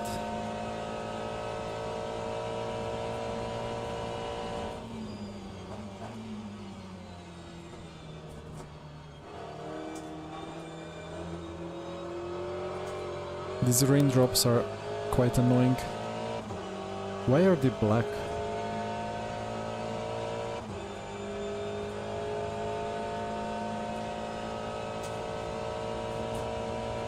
Maybe it would be better on higher details.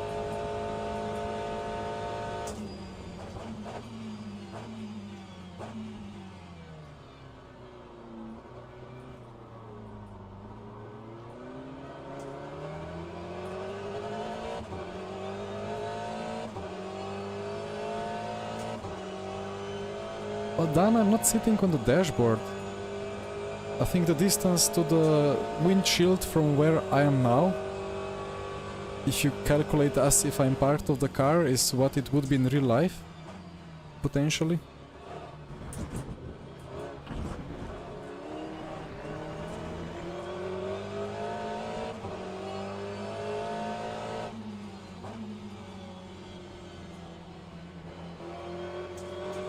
Although I could put it a bit more rearwards for a nice darkening. of the environment, I could do it like that. If that feels a bit more as if I'm in the car. But I don't think that changes anything when it comes to the raindrops.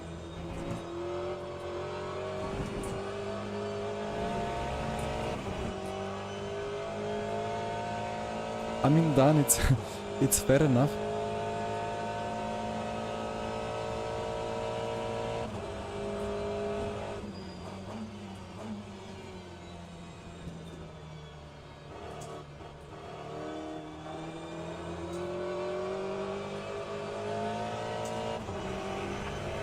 Right, so what we can do lap time wise?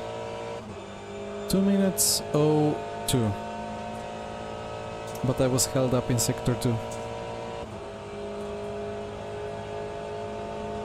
It's not the fuel times 2. What was happening before? Like last was like 9 liters. And that's supposedly showing what was my last lap fuel consumption. Maybe it was just tiny pedal plugin being confused with something. No, I think that TC is struggling too hard.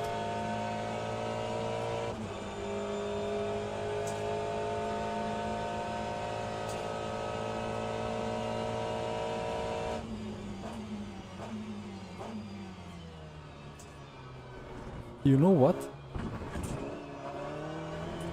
This is multi-class open, so there will be LMP2s. And I think it's gonna be a fair battle between us, especially if there are some less experienced drivers taking the LMP2 and struggling like crazy on like a very stiff fixed setup or stock setup.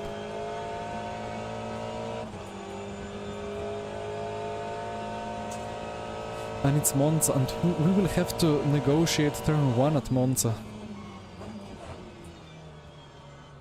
That's gonna be tricky.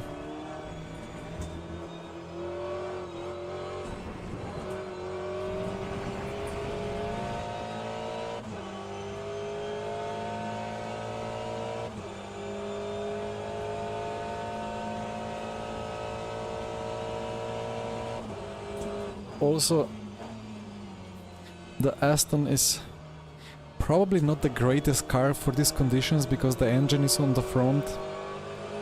And in these conditions, traction is so important, and for traction you need the engine to sit directly on the rear axle.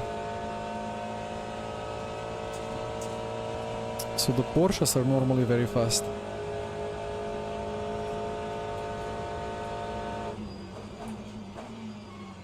Well, Victor, I love driving in the wet. Actually, I hope that there is a lot of rain in iRacing, in the like daily online races. I'm not hating on iRacing, I'm just...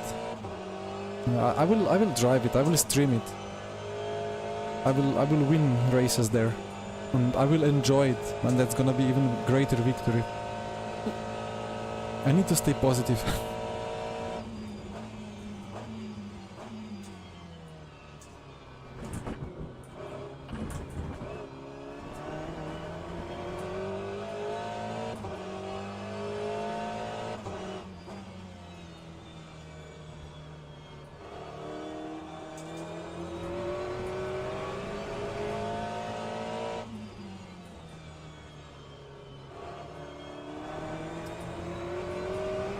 I'll get more viewers. Yeah, let's see about that.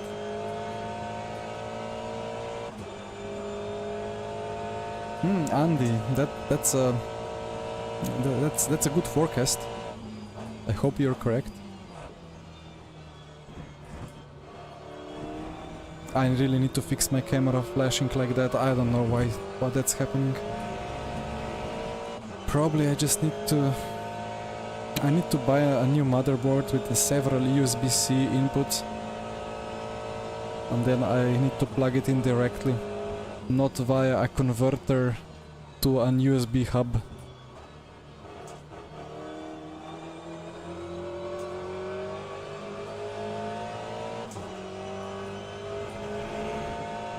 You know what?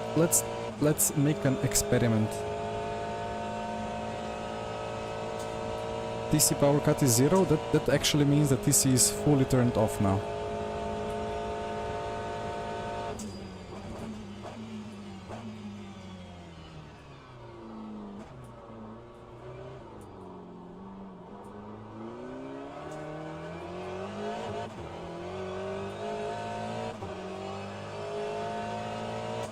I mean, the entry was a lot better, so the Delta is happy with it.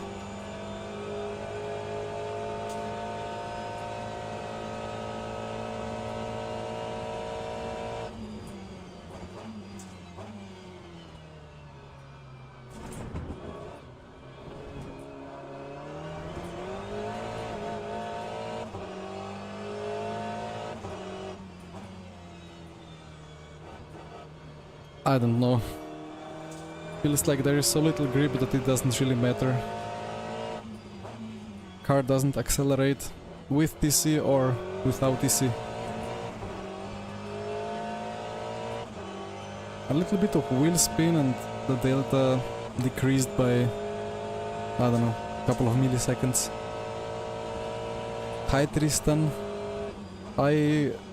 I do like one iracing event per year lately, and I uninstall the game every time for the next year. But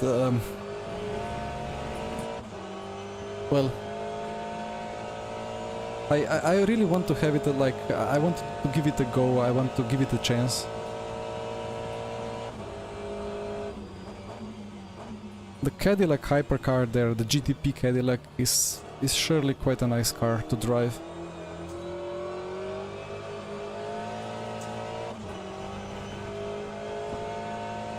Event starts in 3 minutes.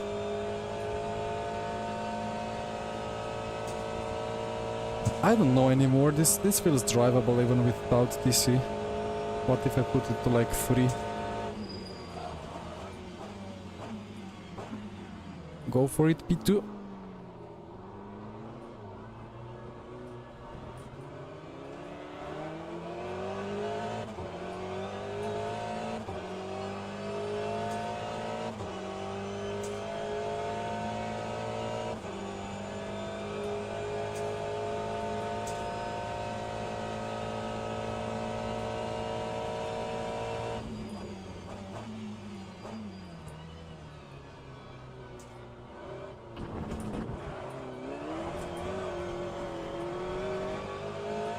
That's a lot. Well, a lot. That's way too sideways, I think, for the optimal pace.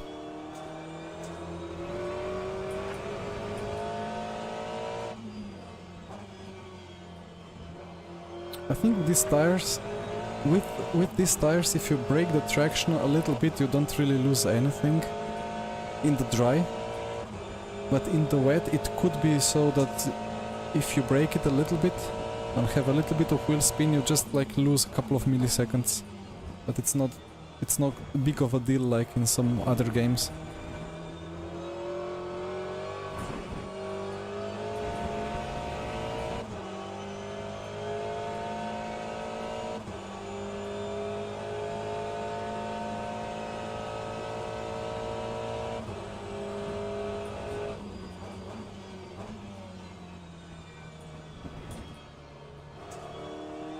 And after this couple of laps, let's see the tire wear.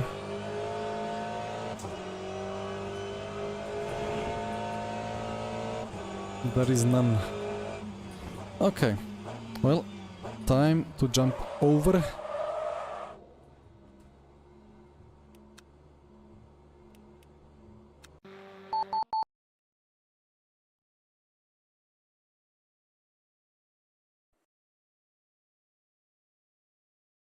Just in time. That's gonna be a fun race. Daniela with the Corvette. I really think the Porsche could be the best car there.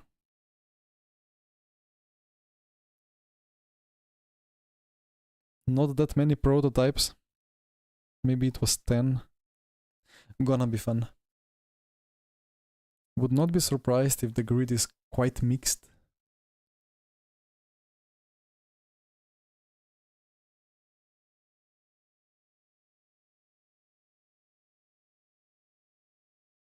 You're not driving the Porsche anytime soon. Alright. But the Ferrari is alright as well. I mean, it's rear engined, and well, the Corvette is rear engined as well since C8R. So join event.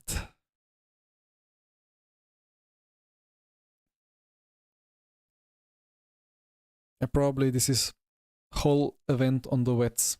I saw the race is with drizzle rain, which is normally alright for slicks if it's dry before, but it's gonna start very wet already, so.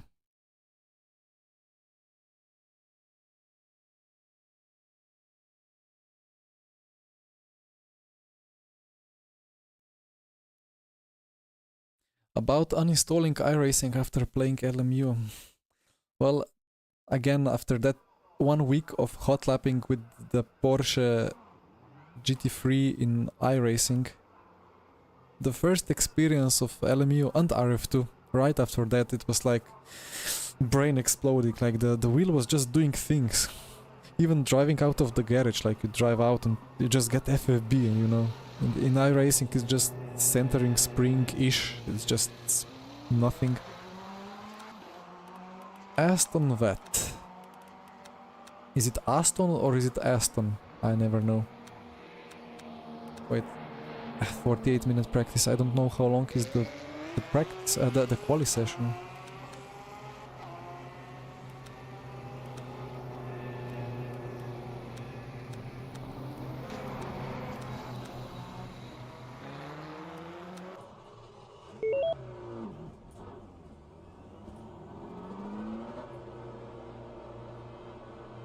LMU dashes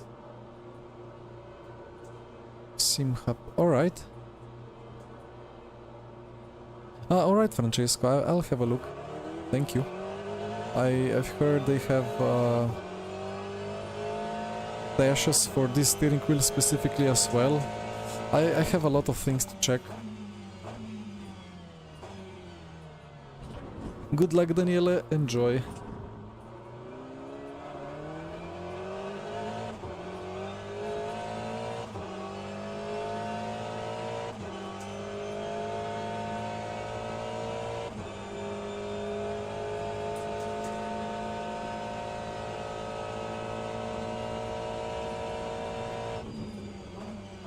This is a lot more grippy than the practice server was.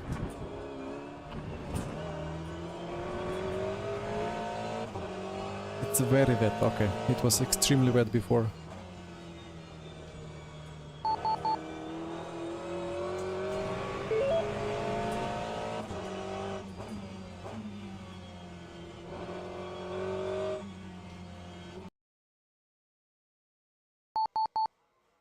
Alright then, 6 minutes.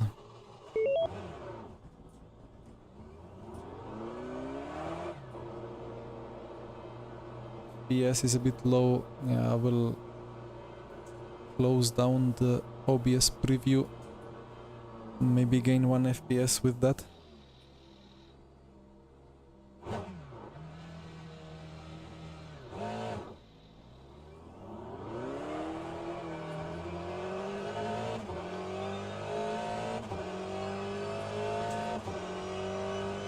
Live on Yerny streaming, indeed.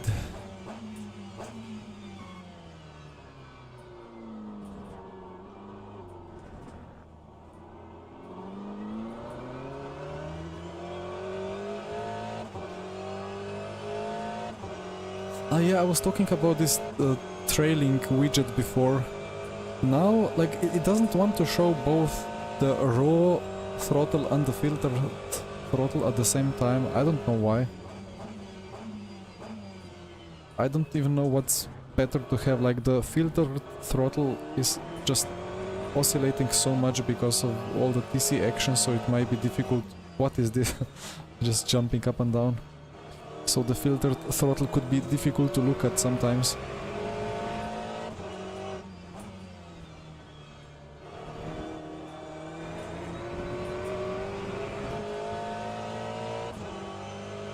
I will leave it on at the raw throttle, so it's smoother. I guess my overlay is a bit broken. I doubt there are people on softs.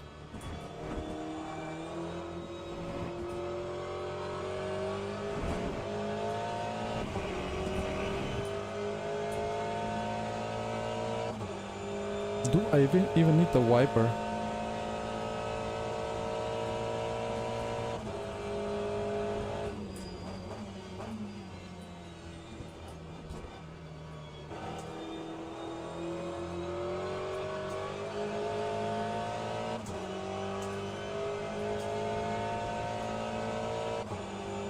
I guess I do.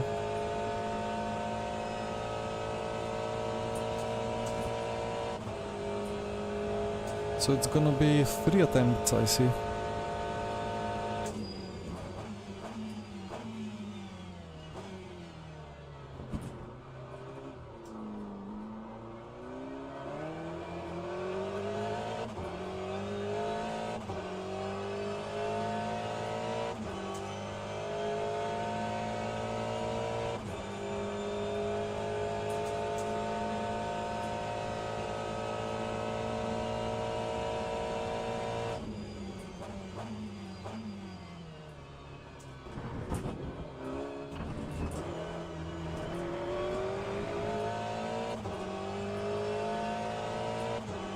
Yeah, done.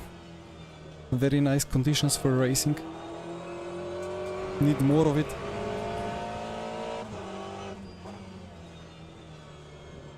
Where is my rain? Why is rain no more? My setup might be too extreme for drying conditions. Well, I will probably just reduce the rear wing.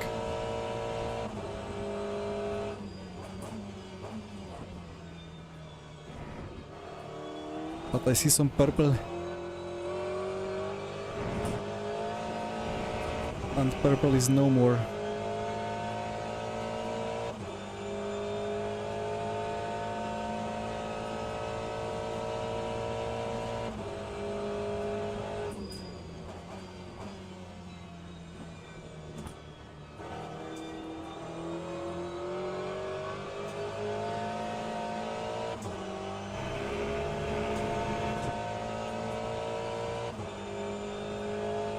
$57.8. It's gonna get faster and faster, right?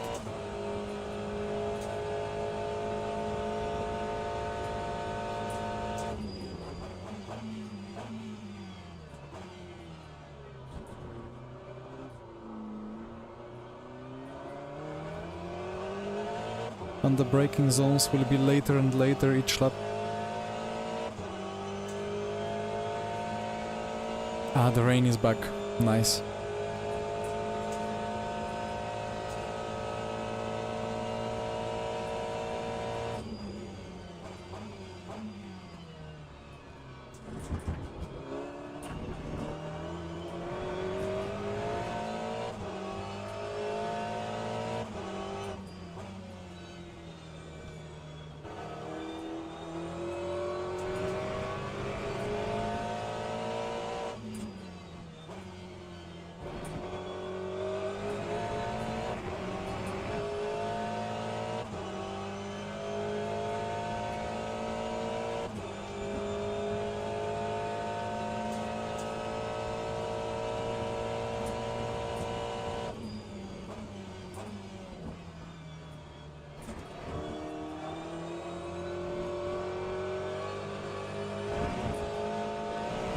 Ay, no cut. Stay like that, thank you. This time my purple is staying. Nice.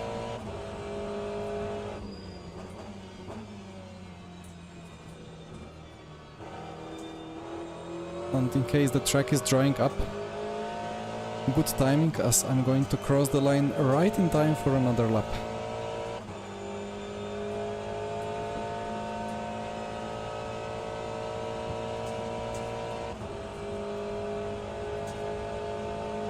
P3, oh dear.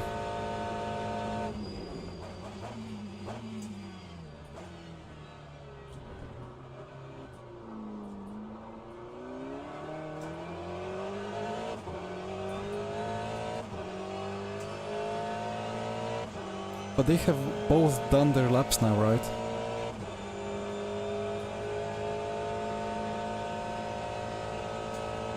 P1 and P2 Ferraris, I mean.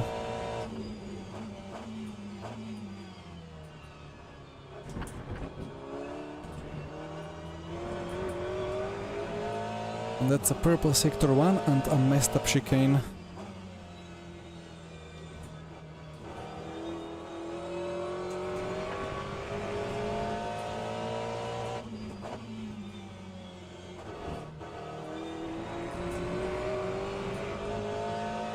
Now that curb should be way more slippery, but it's very grippy.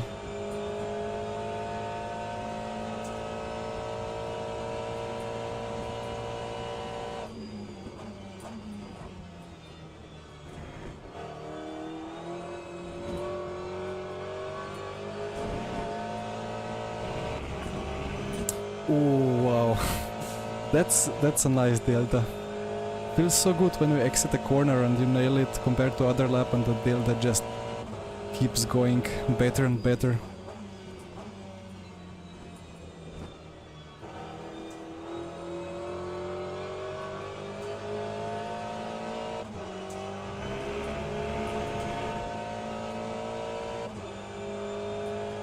Ah, Mr. Joe is my subscriber. Very nice. 3 pulpers, well, that was good lap. Hello, Joe.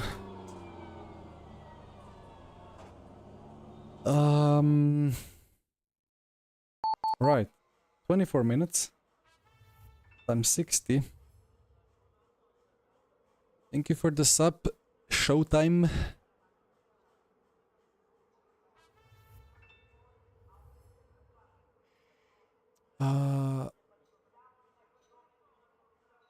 I got 2 notifications for the subs. I don't know why this doesn't work. Well, thank you all for the subscribing. Much appreciated.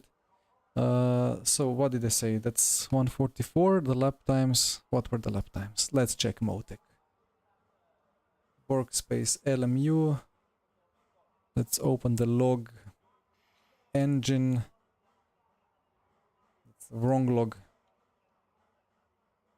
So divided by, I don't know, 114, let's say 14 laps, if it's gonna get less, times 3.2, 45. It's gonna stop raining at some point. 45. And what do we do about the wing? A bit less, maybe.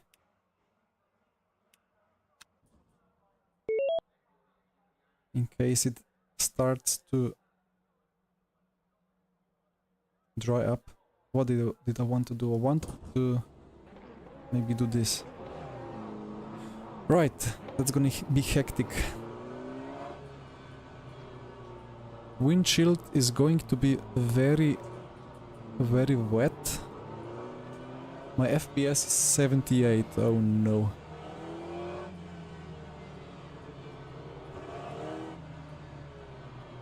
I hope the LMP2s ahead know what they are doing. Ah, there is only 4 of them. Ah, that's why it's so little. Alright. Well, still.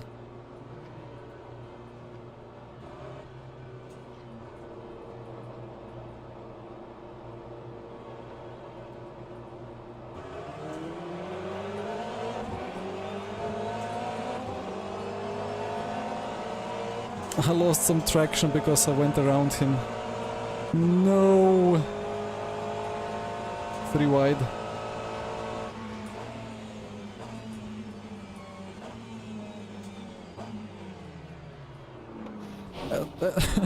Alright. How many illegal overtakes I have?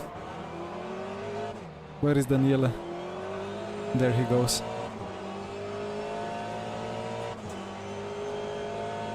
P1 to P4. Beautiful.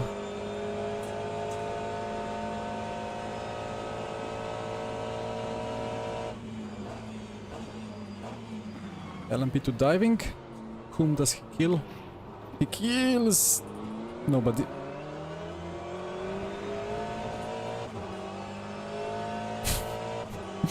Okay, well, some work to do now.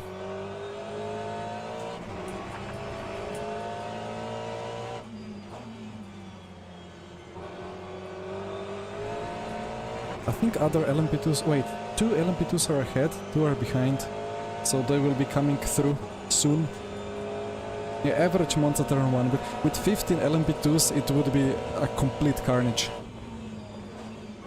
With 4 LMP2s it was just average carnage.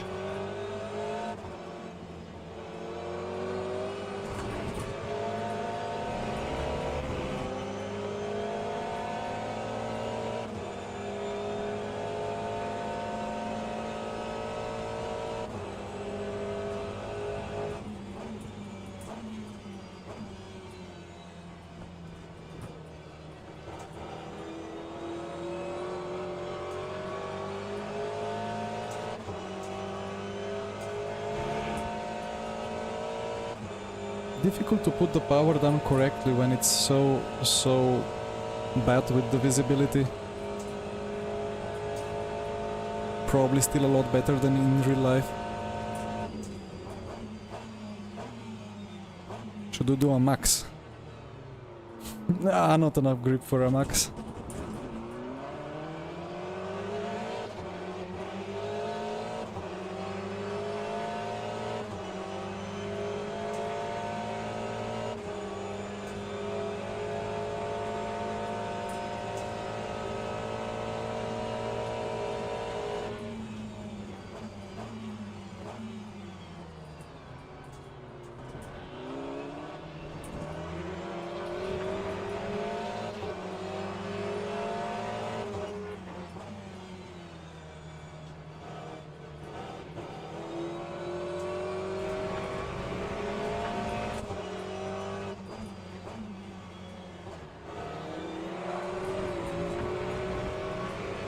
Where is TC when you need it?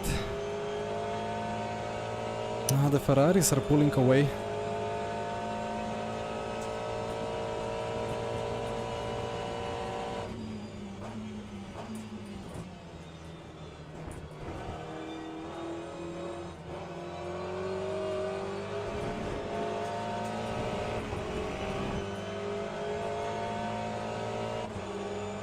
Yeah, the Aston is indeed very mighty.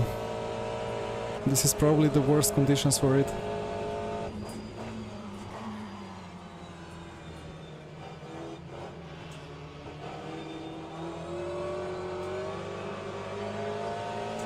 Right, I have some slipstream here.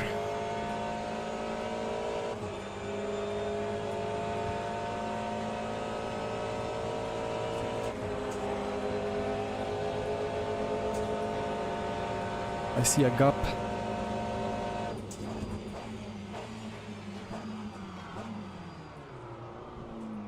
Bonk. Sorry, Daniele. Ay, ay, ay. Potentially he has an illegal overtake. I hope that was not a bump to pass. I just lost all the grip. To be honest, I lost all the grip every lap in practice in that corner, so... Yeah. Well, the game allowed it, so... The worst that could happen now is Daniela unsubscribing.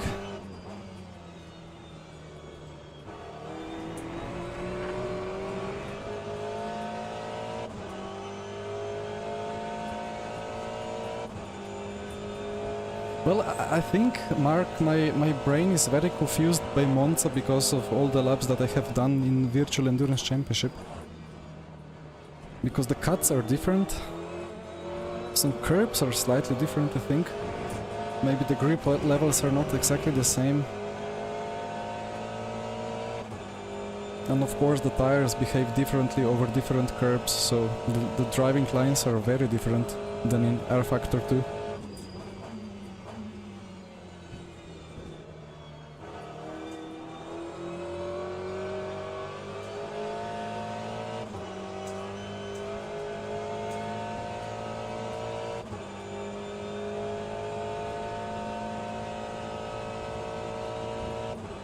F finger, you mean this one? Or this one? Two fingers.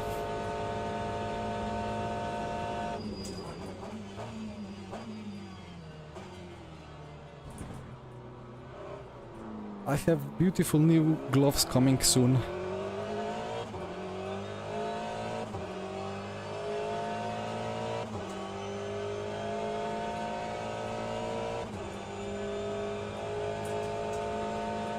He meant your figure. I guess I missed. I missed some messages. I think the grip conditions are increasing or like improving, so I need to move my brake bias to the front. Yeah, the reason I instantly thought of my own finger was because, well, some minutes ago I felt like the whole finger popping through the glove. And that's obviously not the best. Where is my pace?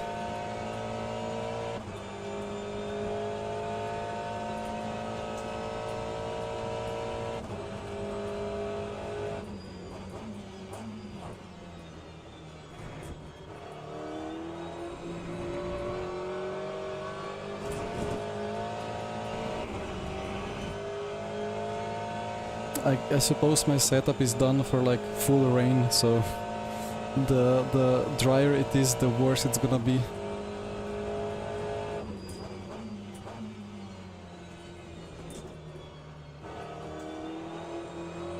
I kind of ignored the downforce aspects of the rear ride height.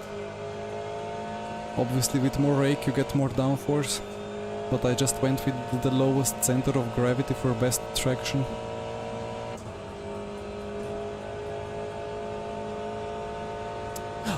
Really, Mark? Wait, did I hear that already and I forgot, or didn't I hear it yet? Well, that's not great. Well, I hope your finger gets better soon.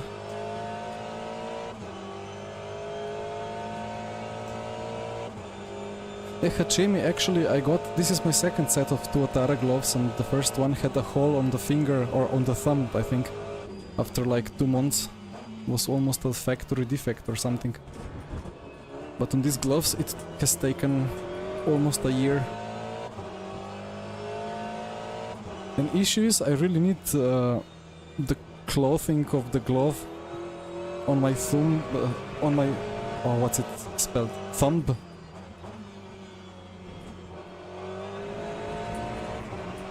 Because otherwise the skin gets bad, like in this section. I don't know if that was on camera, like all around, so I need a well-working glove. And this pair of gloves is soon going into the bin.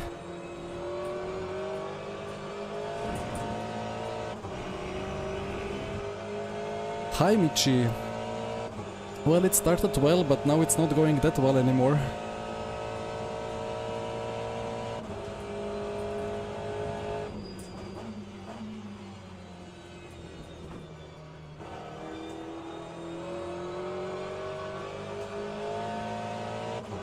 Not sure if I was just perfectly positioned in the quali session for best grip in the end when the track supposedly dried up, because I had some fantastic pace, but now I'm just dropping off massively, like half a second per lap.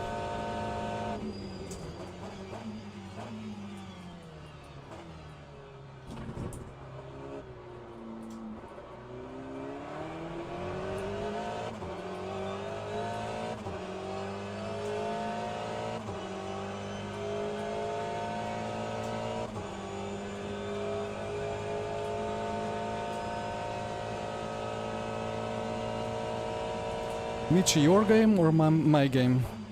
Like for me it feels smooth, but the frame rate is not great.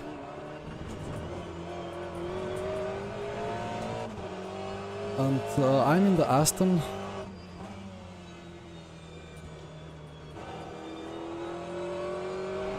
And if you know what, if you want a quick debrief, I put it on pole.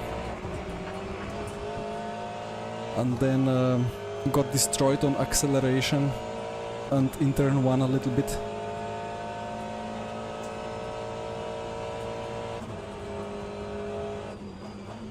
Oh dear Michi, I think then the... I don't know, is it OBS? I will have a look later.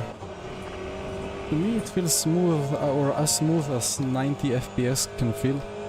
But maybe there is a bit of glitching between 60 FPS from camera and 90 FPS from the monitor.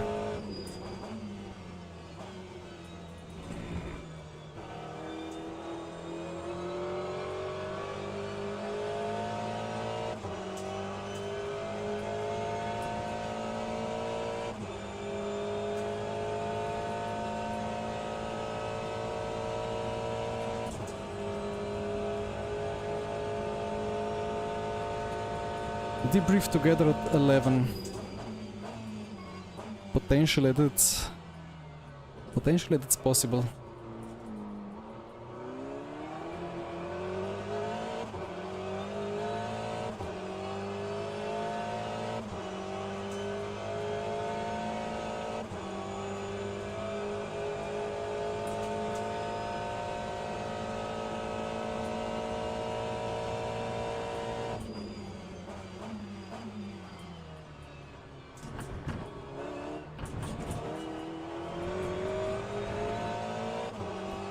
Nicolini in P1 has checked out.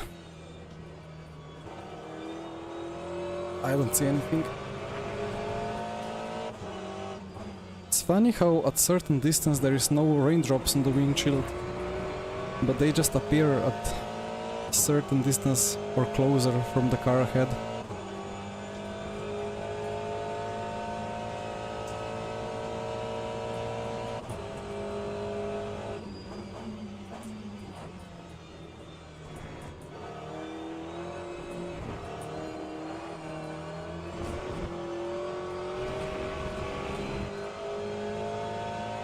I think I'm slowly but surely catching up with P2.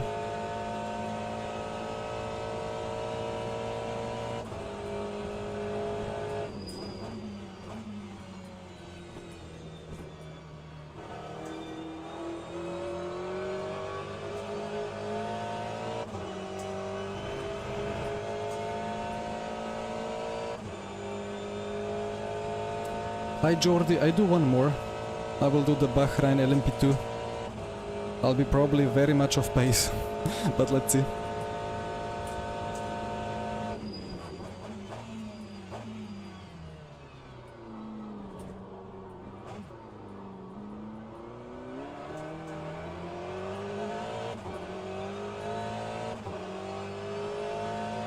Hi Marius. I'm 23, copy. Alright. I see, I see.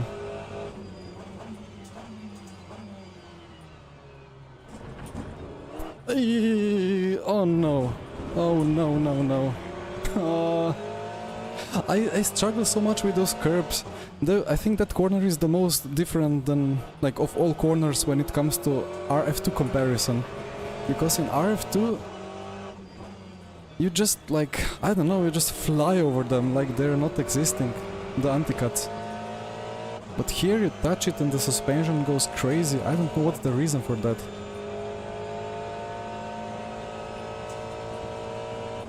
Well, looking forward, Jordi.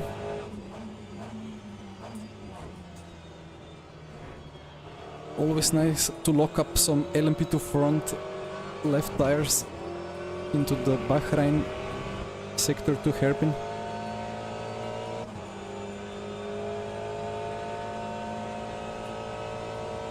I'm trying my best not to use the muscle memory from VEC, but it's hard.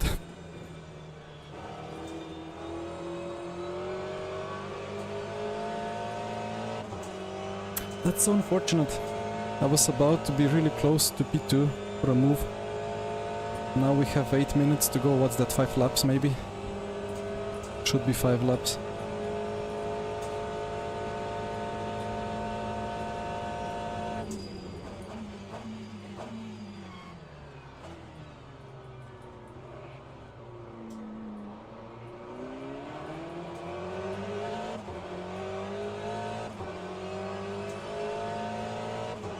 I mean, I can still hit them, right? But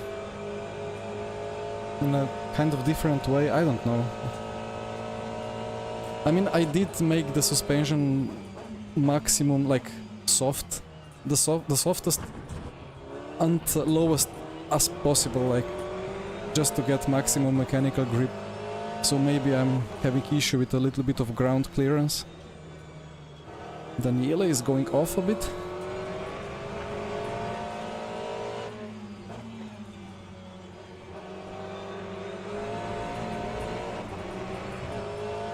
He just has so much more traction. The benefit of the rear-engined cars in the wet is so apparent.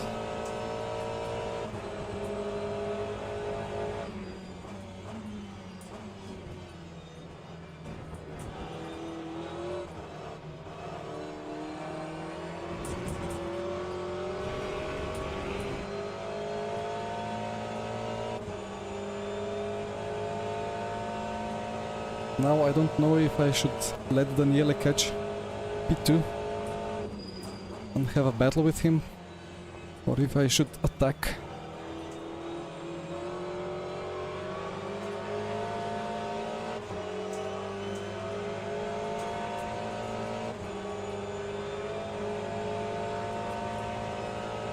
Well, he was not any faster than the P2,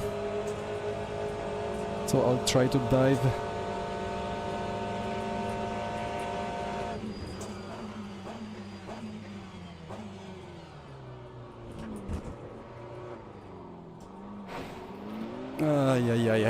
Why was that such a weird crash sound? It was the minorest of the smallest of taps, and it sounded like we absolutely crashed. Well, that was a terrible move now. Now we lost time to P2.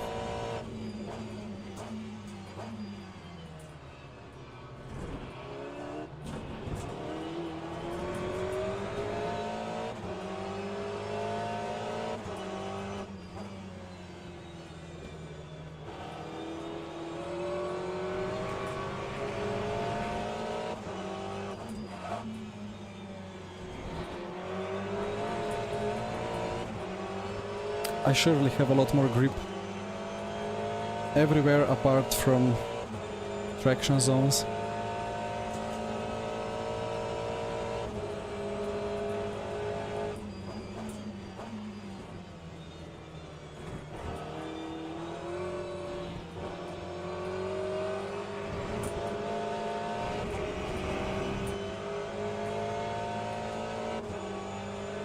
String quality issue on your end. Copy.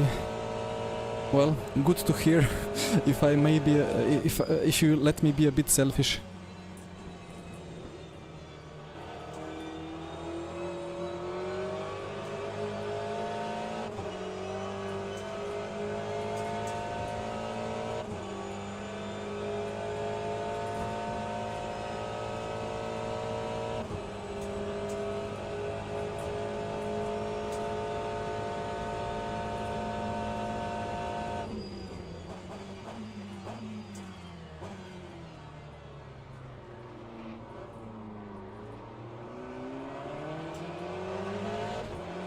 What if it's just my traction control?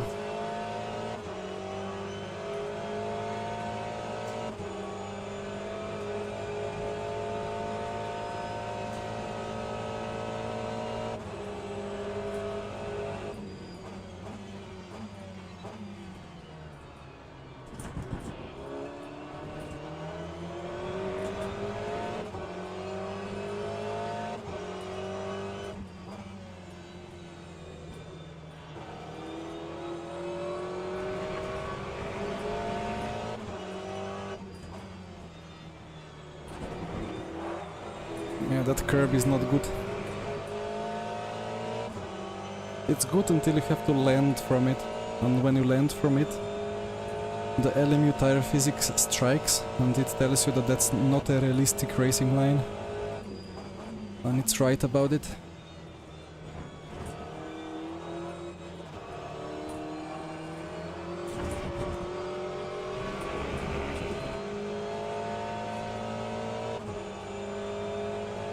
I expected the conditions to improve a lot more than this.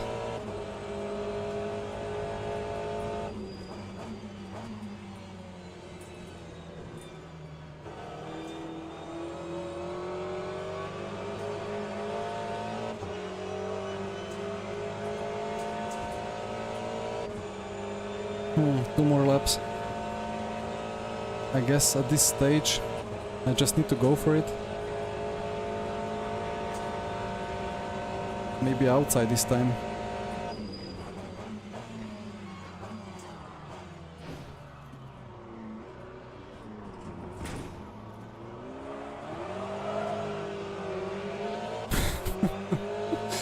Where is my traction? I hope I didn't crash him too much. I just tried to stay on track. But well, this sounded quite terrible.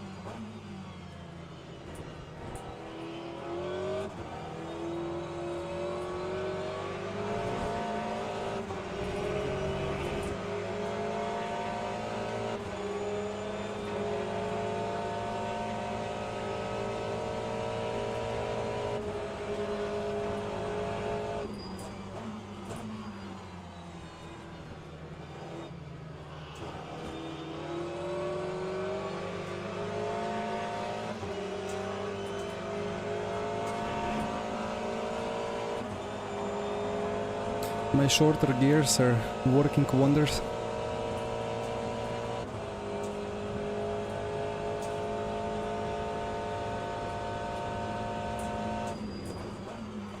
He's not making that corner, is he? I wasn't making it either.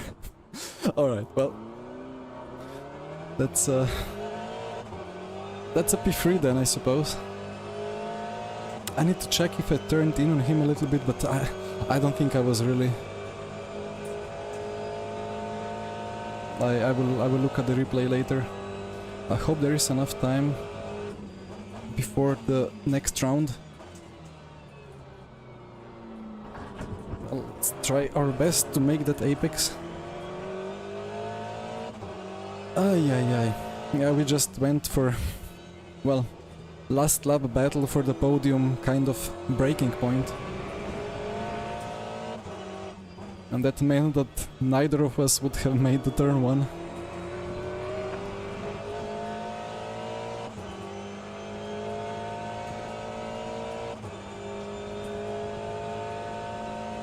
But the game didn't tell me that I gained the position off track, so I suppose all is fine.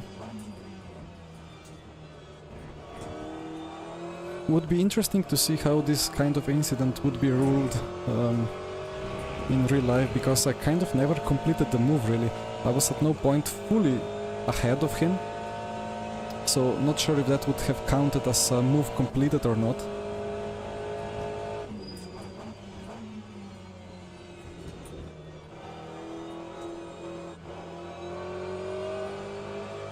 Anyway, that's an Aston on the podium.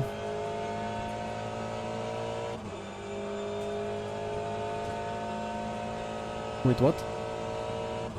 One lap to go? Of course, it's multi-class, right? Okay. I almost parked it already. I keep forgetting that. Not sure why is that the case? Anyway. Michi, enjoy your stream.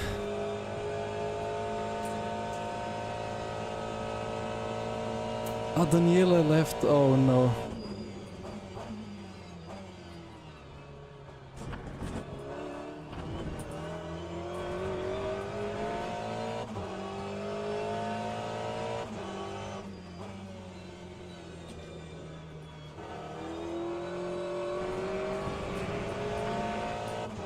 Wait, was P1 just behind me on the lap?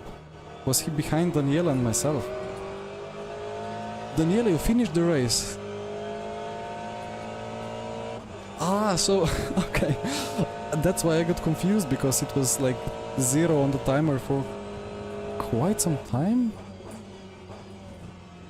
I don't know. But I have enough fuel, no worries about the fuel. I keep adding extra lap of fuel for just in case.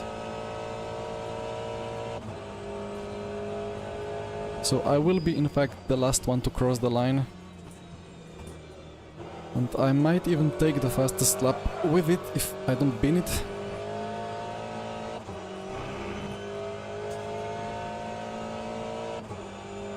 It's gonna be 55.5.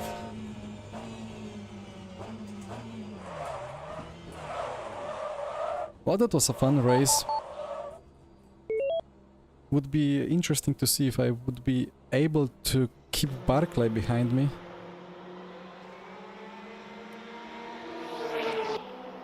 But again, wait, not sure if I have time to actually properly check how this race went.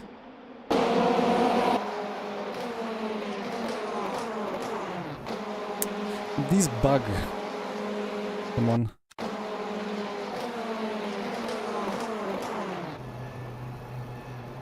Yeah, Daniele, sorry for for all the small contacts. I don't know. I would have to check them all.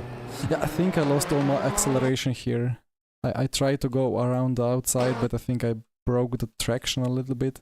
And then the Ferraris are very good on the power, so... And then turn 1 things happened. And then I got illegal overtake for overtaking Daniele. Like, that's not right, you know? I rejoin and it's like, let Daniela through, but I need to send some logs or something because this is not fair. Ah, yeah. Actually, let's quickly check. No, you know what? I will quickly jump to the other server for the last race that I do and maybe do a practice lap and then I check this afterwards. I finished 3rd. I lost how much DR? I gained +1 point or percent. Alright. That's nice.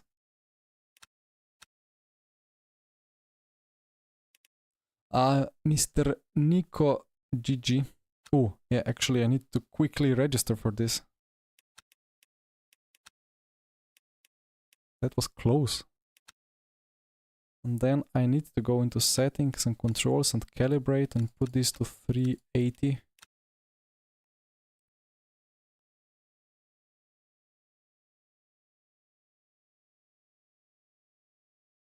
Where is Grigoletto? He said he's gonna do this. Or maybe I misunderstood him. Ferrari dock. Well, I had an insane Aston dock, you know. Spent whole 20 minutes clicking everything to minimum.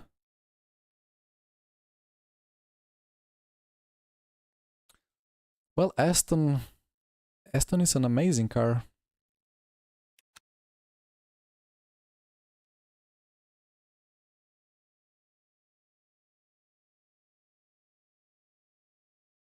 Ah, Fabio, right. Ah, I get it now, yeah. Now I get it. I was not really thinking that deep into it. I just assumed it's this one. It's alright. Nicolini enjoyed the weekly. That race is gonna be really good. Looking forward when it happens, when I do it on Saturday or Sunday. Probably I do it on Sunday. I think Michi is doing it on Sunday as well.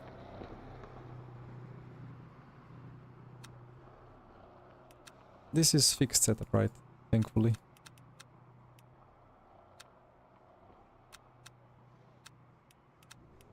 Right, so let's see how an LMP2 drives.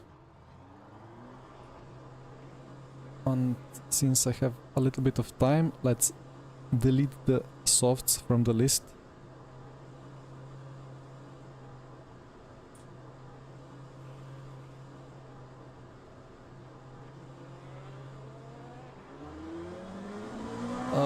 Yeah, Daniela, I really wanted to check it. I will check it after this race if I don't forget. But yeah, like I said during the race that we both went for that last lap battle for the podium kind of breaking point, so eventually none of us would have made the apex. Maybe I would have just about stopped the car and keep it on track around the outside, but it was not really a great corner. I just tried to brake really as late as I would dare. But I mean, in the end game didn't say give the position back, so I just went forward. Go Estre or go home. Copy, copy.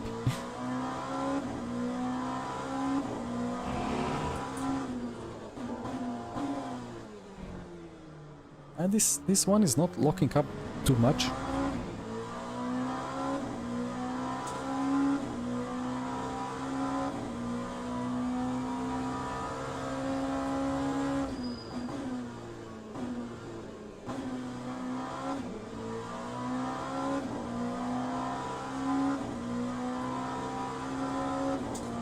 Easy flat, wow.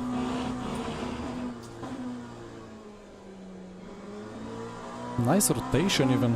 That's a good default setup.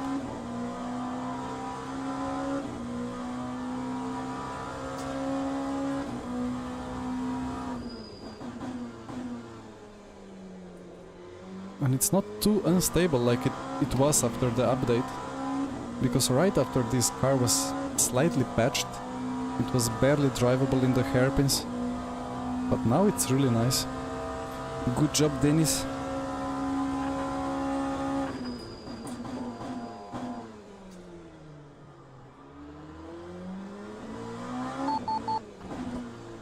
I think I will still put brake bias a bit more rearwards.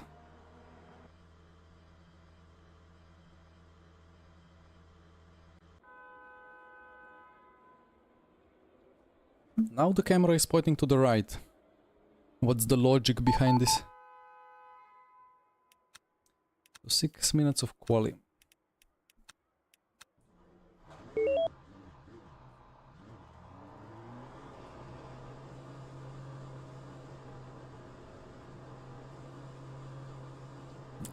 I cannot put it too much to the rear because it's gonna quickly start snapping.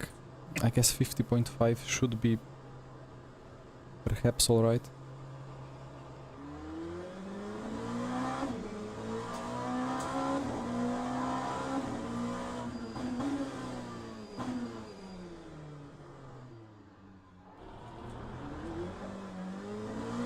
I keep forgetting this car has cold brakes that don't stop at all.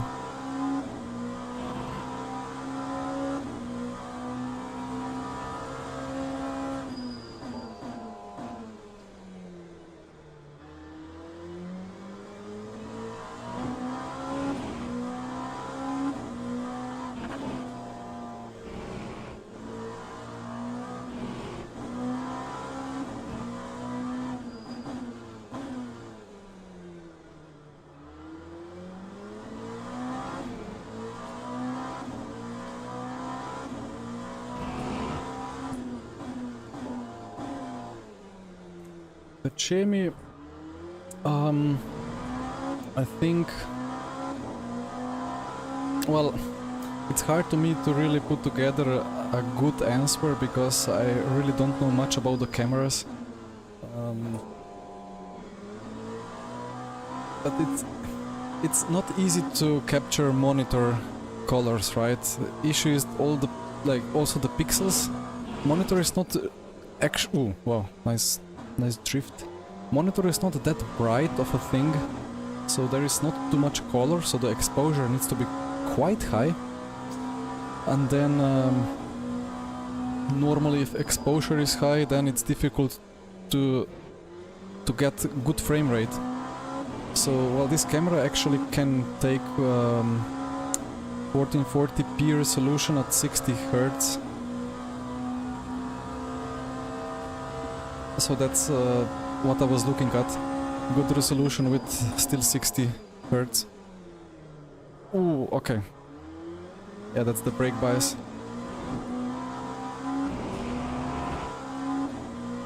And then also I talked to Michi because he uses the same. And he said that it performed as well as some much more expensive cards, and this one is just basically a webcam, so no extra stuff needed.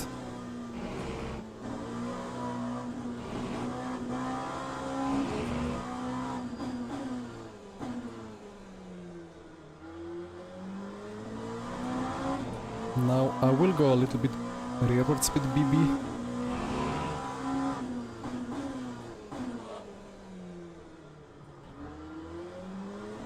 Actually, this thing is rotating quite well.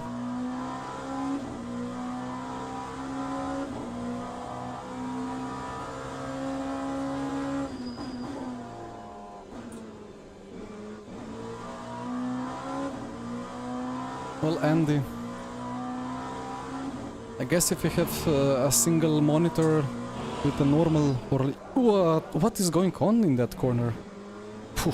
If you have a single monitor with a normal resolution, that's a viable option, but it's impossible to stream on ultra wide.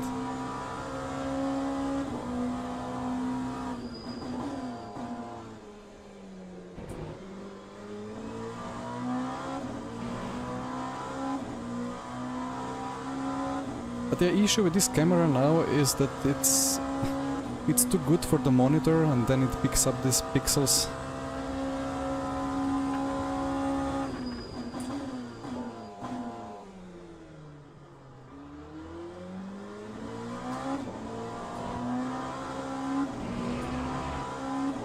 So 2 more attempts.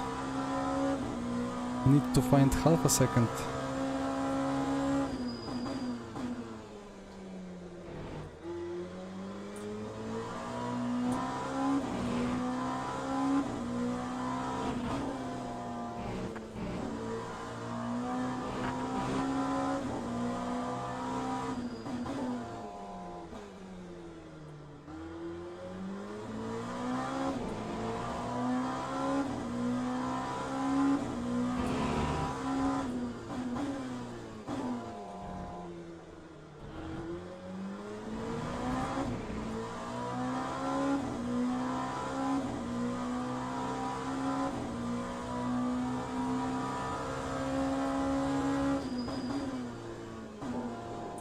I think most of the top content creators, when it comes to sim racing, are having a much higher field of view.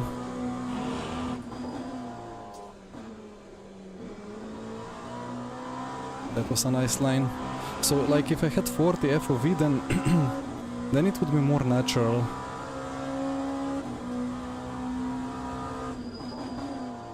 But because I am part of the FOV police, and I require the whole geometry to be taken into account.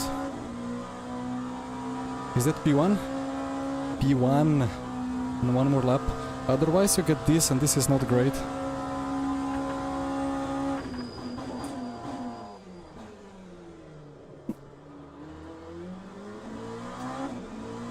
That turn 1 was not great, but the delta is great.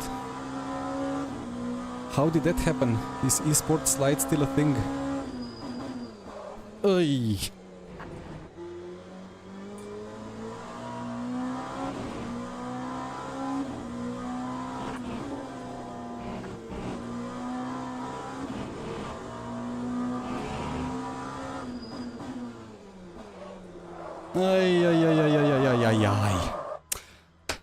That's probably pole position gone, because Jordi will surely improve. There is something about that rear of the car that sometimes just handbrakes. He's gaining 10th and a bit, yeah, if he doesn't mess up.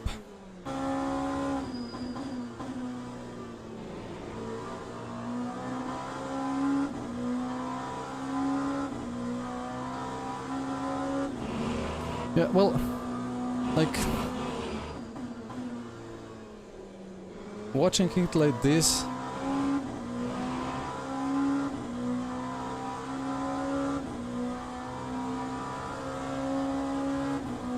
I don't know, like, when I saw Michi driving like this, it was just much more enjoyable to view it compared to any other streamer, so I thought, well, if I stream... What is Jordi doing? Did he cut or what?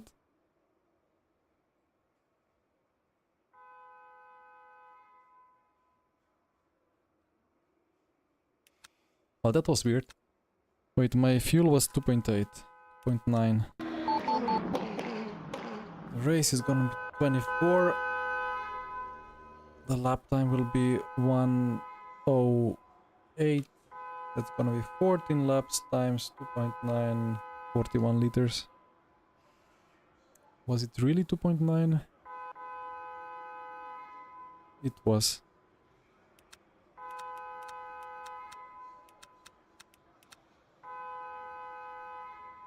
That honk is annoying. I think I'll put a bit higher max pedal force, to be honest. Just so I am not holding the brake like crazy and then a snap happens, but that I start decreasing it earlier.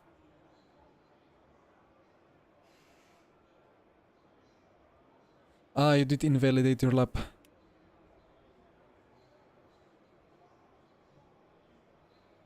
Well, we all invalidated our last laps, seems like.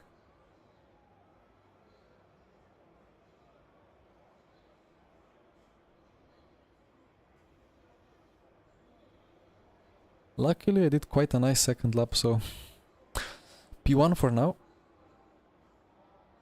But it's a very tight turn one, so who knows what happens there.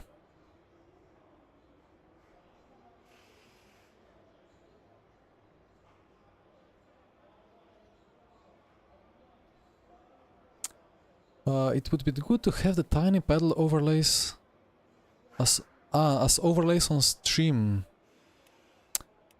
Yeah, No, I think it's possible to put them on stream now. I think there were some updates. Issue is that I really need them, so I cannot just put them like, I guess I could put them both in game and then kind of cover them on stream and then put them on stream over the cover. But it would be not ideal, maybe. I don't know.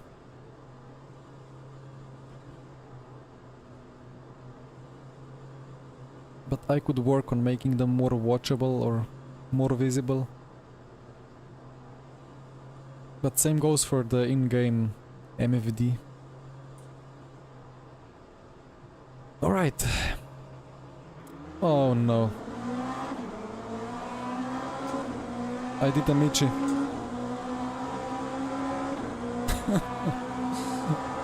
Why am I so silly?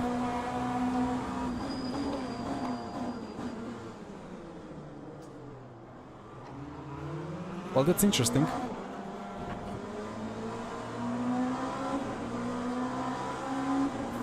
Well, brakes are cold, but not that cold, Jordi.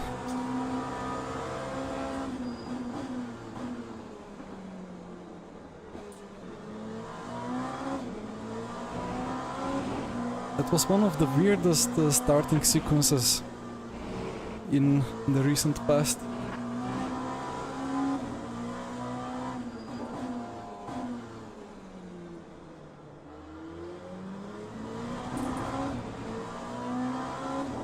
They all like started braking. I thought I'm gonna completely overshoot the hairpin, but I was actually right where I wanted to be.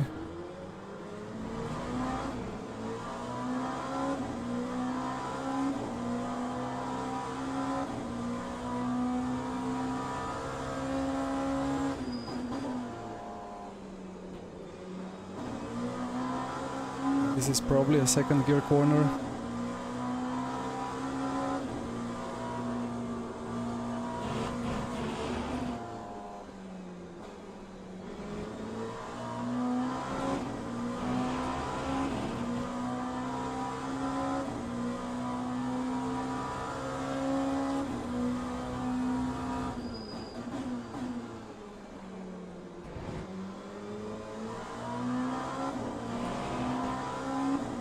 Well, let's see how much pace Jordi has.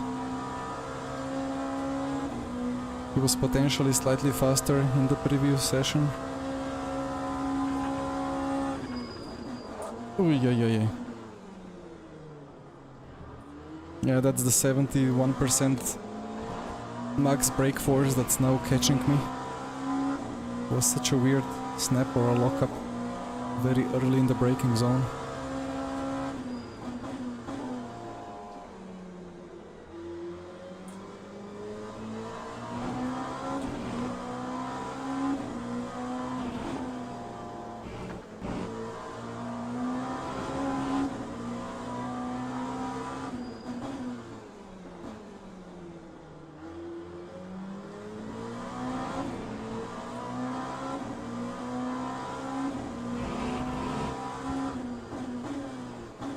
Andy, do you know why the rear view mirror sometimes just gets squashed together?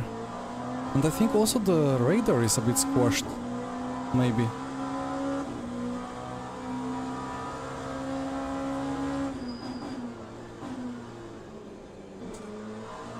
I don't like those snaps on the brakes.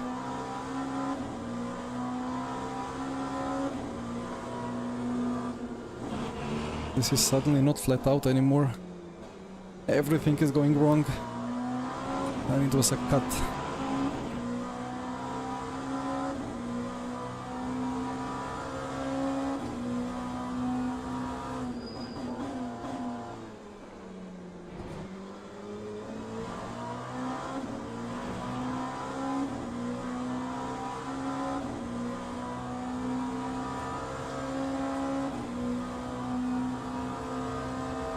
Jordi has quite a slipstream now.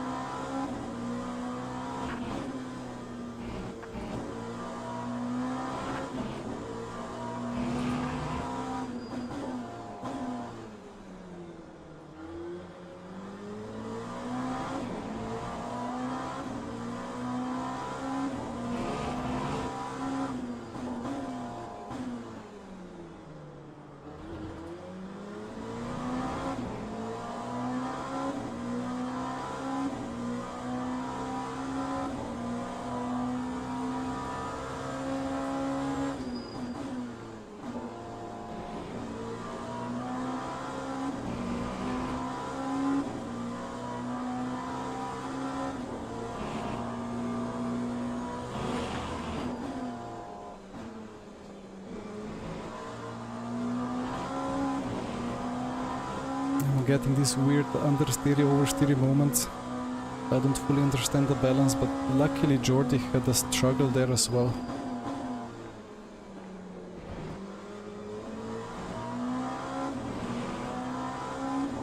We are safe for another lap.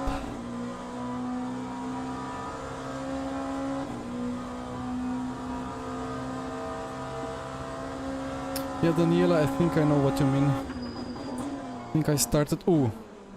Well, that's a dive.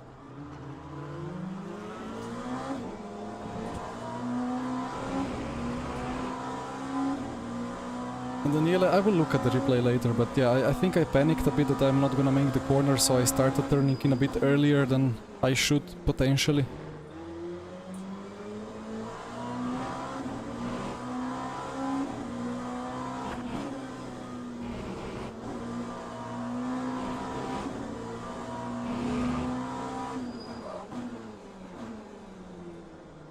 Locking up again. And if I don't brake that late, then Jordi is right on my rear instantly.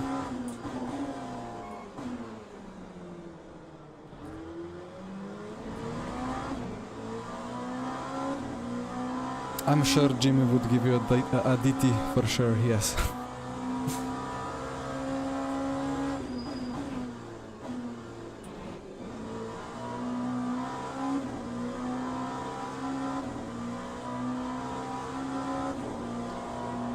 Why am I understeering wide there now? In quali it felt easy flat. Now I am understeering and oversteering at the same time. See you, Daniele. Enjoy the weekly.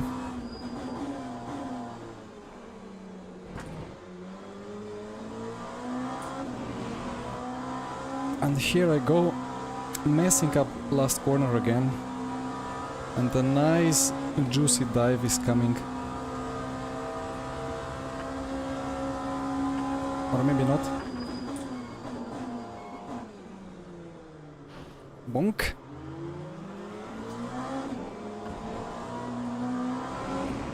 I mean, that's actually an interesting move to do.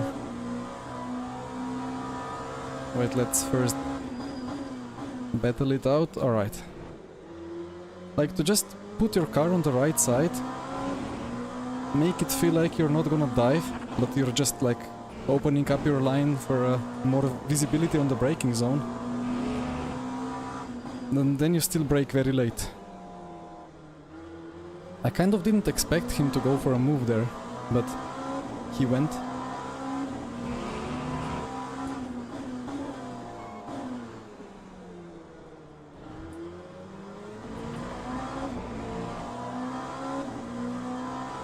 P3 is really close, pace-wise as well.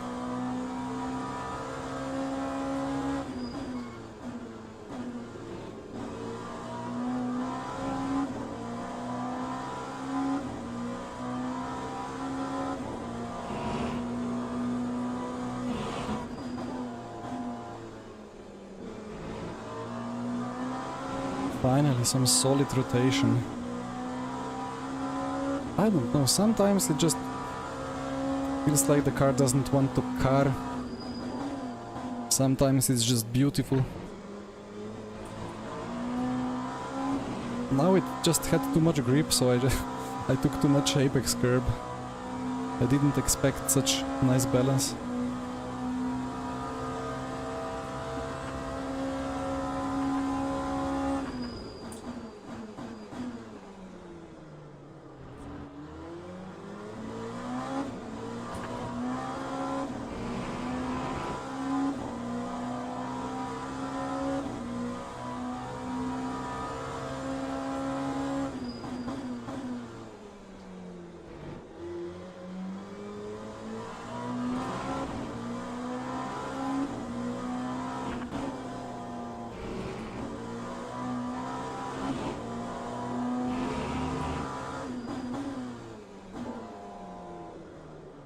Don't do that to me.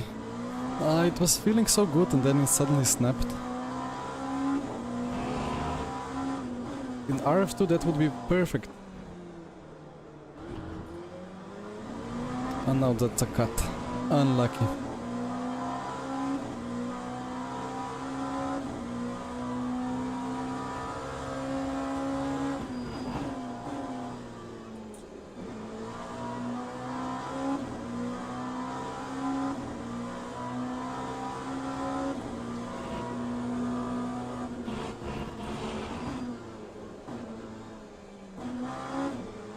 What is going on? I have binned it again. Oh dear.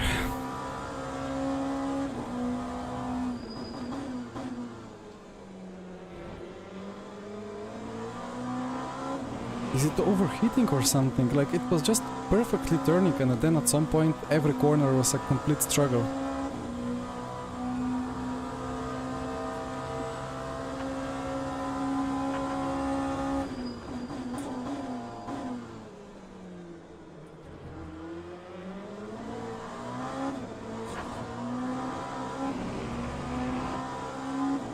Oh, 12 more minutes to get it back.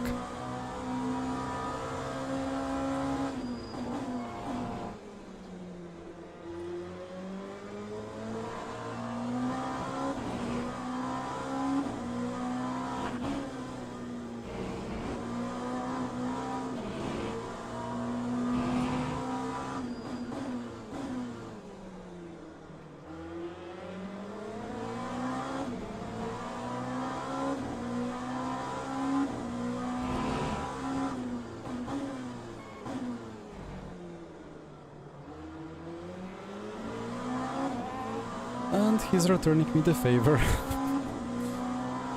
It's a difficult car, you know.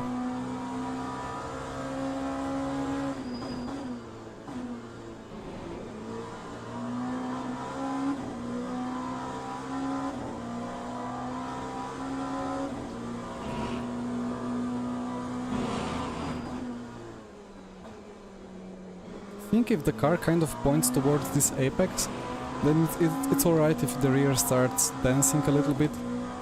But if you're trying to open it up for a very late apex and get a bit of rear snap, then you're done.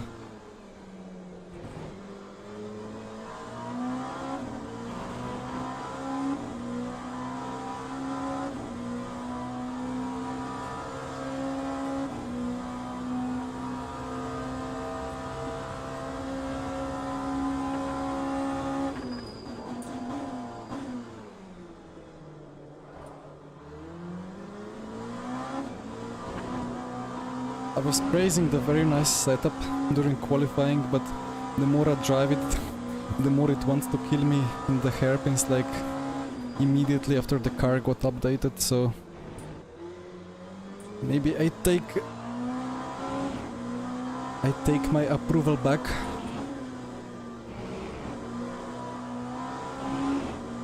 It's still understeering, but at the same time it snaps, it's so weird.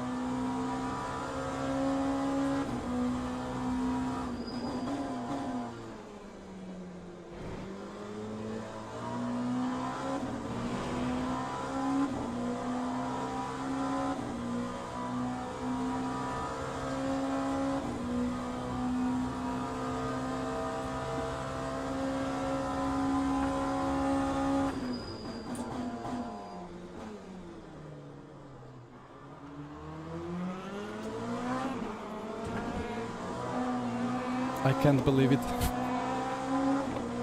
I broke like half a meter later.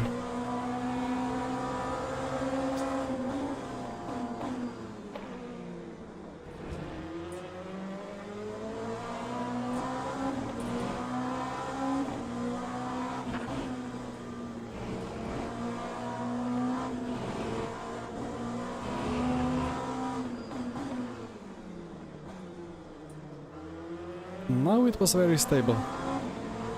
The rear of this car has its own mind.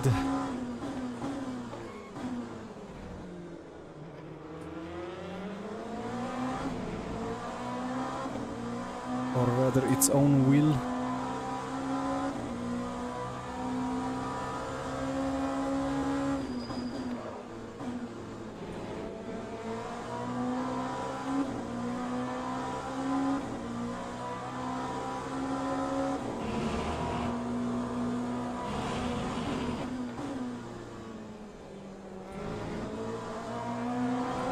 Nobody wants to win this race.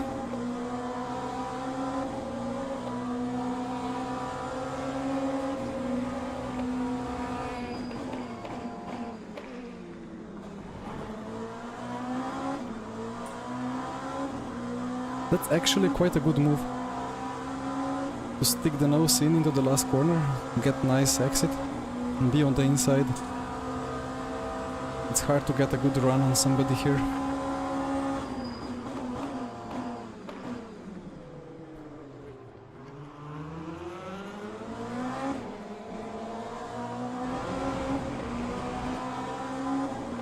But I messed up the brakes, although if I braked any later I would have smashed Jordi off. Oh yeah yeah yeah yeah! Oh. Okay. I didn't even turn in. Suddenly there was corner exit.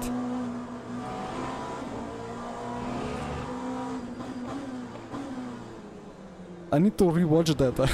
I don't think I even did anything on the steering wheel. It was just straight across the whole corner. How am I still alive?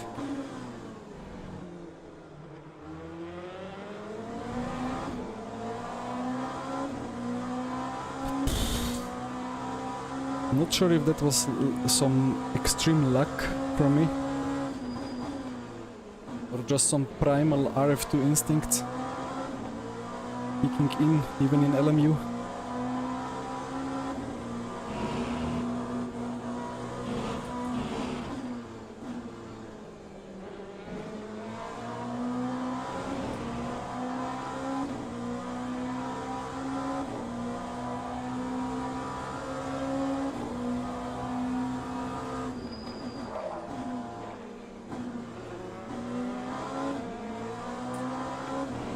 I don't even know which tire I'm locking up.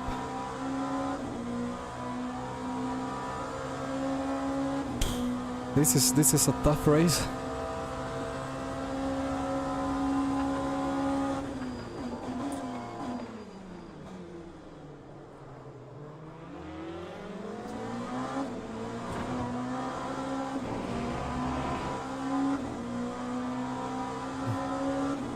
Yeah, Andy. Exactly.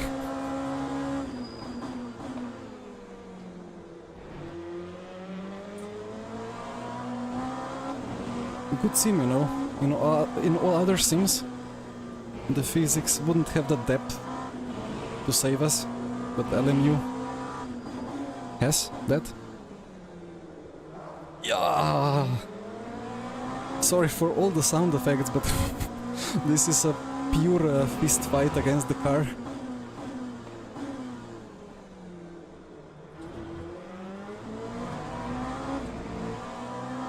Maybe a bit more TC, but it's again not about TC, it's about the rear spring stiffness or something.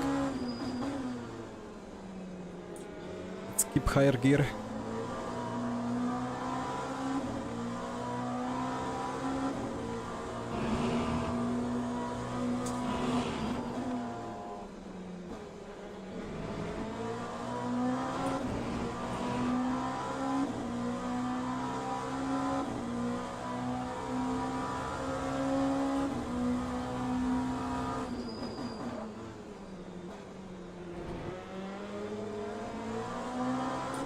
Jordi feels slightly more comfortable at the moment.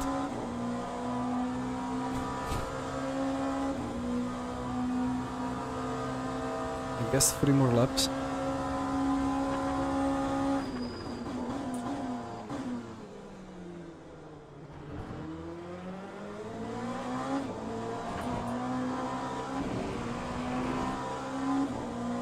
Come on, Jordi. Your turn to make a mistake.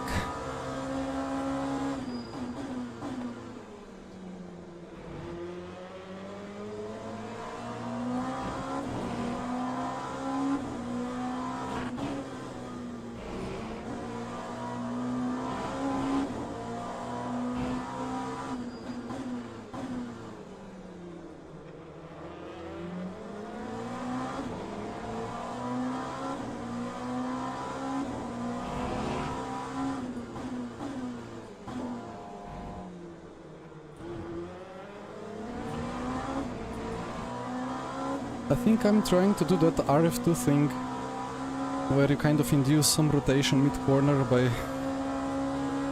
I don't know even what. By some muscle memory of combination of inputs. But this car doesn't like it.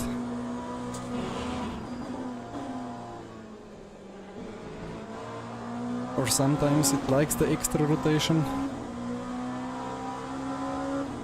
It's kind of controlled lift-off oversteer.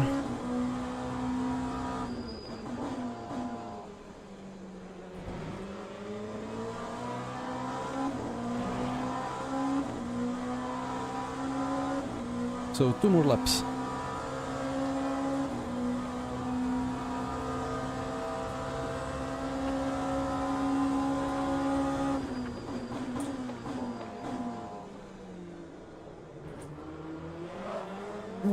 is this? I do not understand.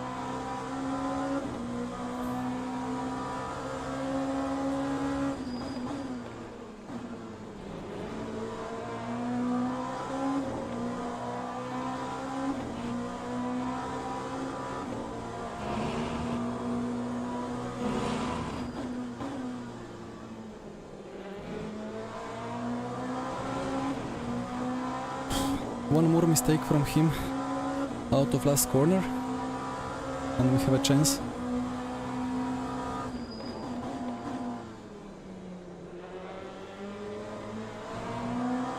Well, I messed up a little bit as well, but this is sufficient.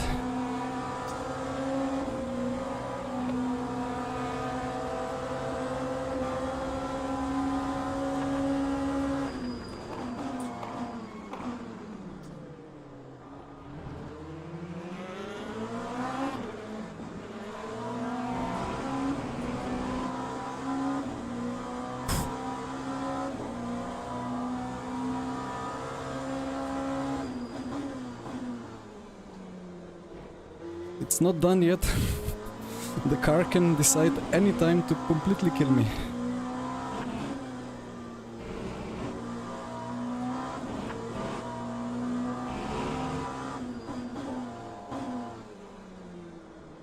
Of course, I will take it easily, or more easy, but still.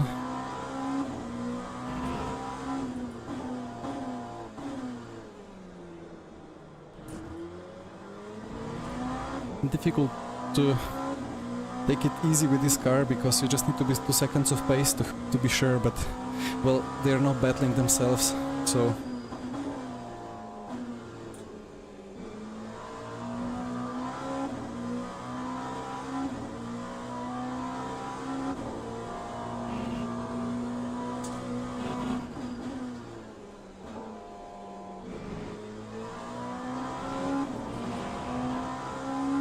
Jordi got the P2 back from Hannah.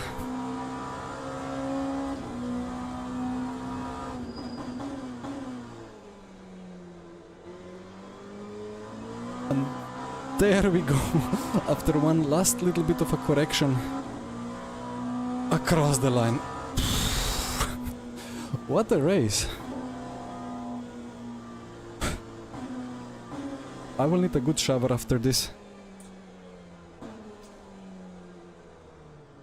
Replay time. I need to check one incident with Daniele from before and some very nice moves with Jordi now. Ay, ay, ay, ay. I can imagine, Kahel.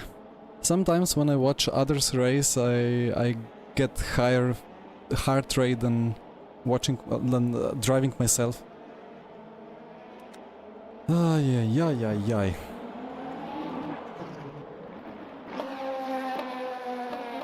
Felt like I almost messed up this last corner. The entry was fine, but then, yeah, I just lifted a bit too aggressively and then the rear started over-rotating.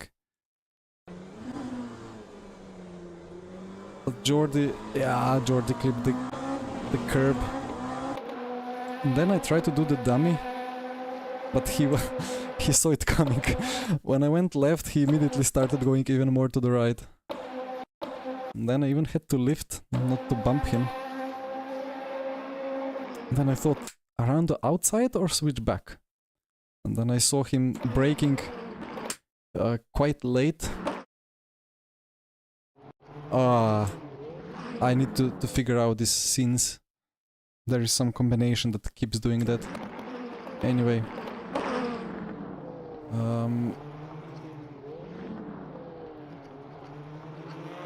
Yeah, no worries for any bumps in T1 at all. But this was funnily a nicely judged switchback. I often try to do a switchback and what I end up doing is just hitting the rear of the car ahead a little bit. And that's super annoying. But this was perfectly judged. Or very lucky. Or maybe both. Yeah, and then this corner is funny. You have to take the curb a lot, but sometimes like you just cannot put the power down. What happened there? And then this LMP2 snap happened.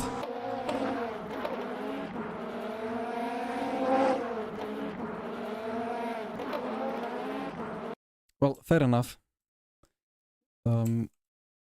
Very sportsmanshipy to give the space on the right.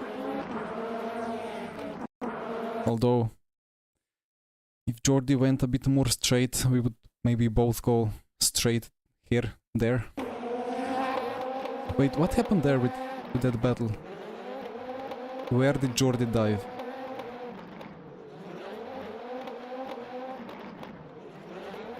Ah, okay. A classic turn 11 problem.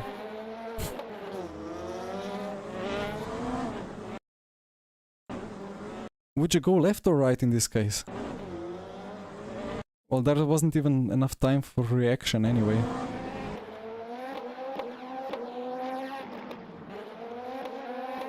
Oh, interesting. Nice dummy. And around the outside, what a move!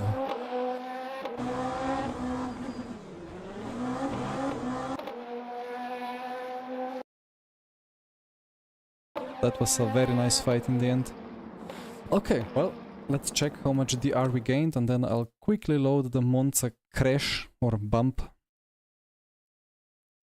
and see if I can learn something from that.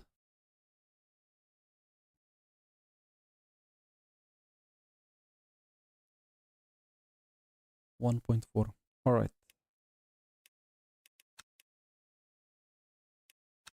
Now let's quickly find Mr. Replay. Monza race, load. And see if I have to condemn myself or to condemn Daniele.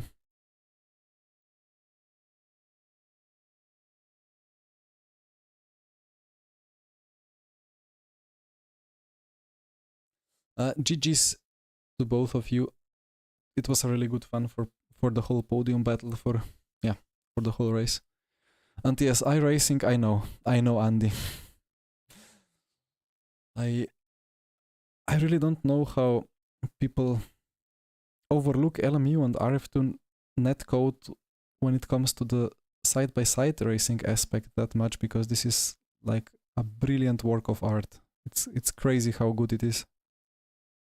And how well you can race side by side.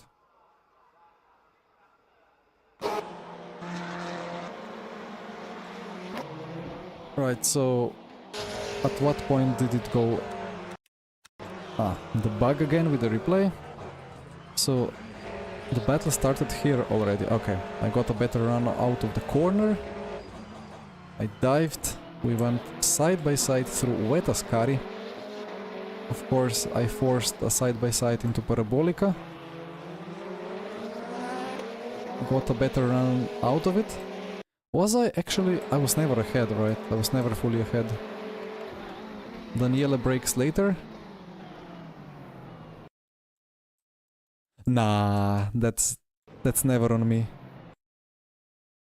There was a lot of space given. It was turn-in point. But to avoid a contact, I can always leave a little bit extra space, but... if you go into Monza turn 1 or any sharp corner like this, slightly wide like this, you have to always expect you're gonna understeer into someone. But I had so much practice of catching those drifts that I held it. That was a weird battle. Either way.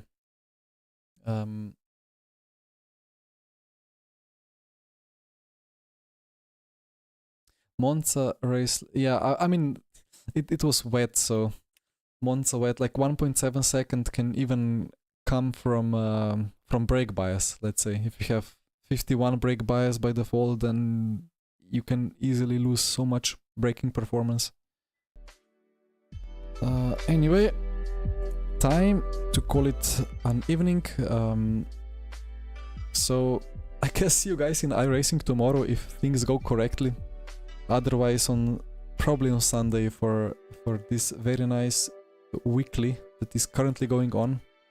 I think Michi is streaming, but I don't know if he's streaming the weekly. I think he said he's gonna stream something else. But look at that, rain at the start and then storm in the second half of the race.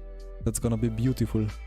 Really looking forward to it. And it's all classes with fuel multiplier ×2. Gonna be very good. Anyway, have a nice evening. See you. Bye bye.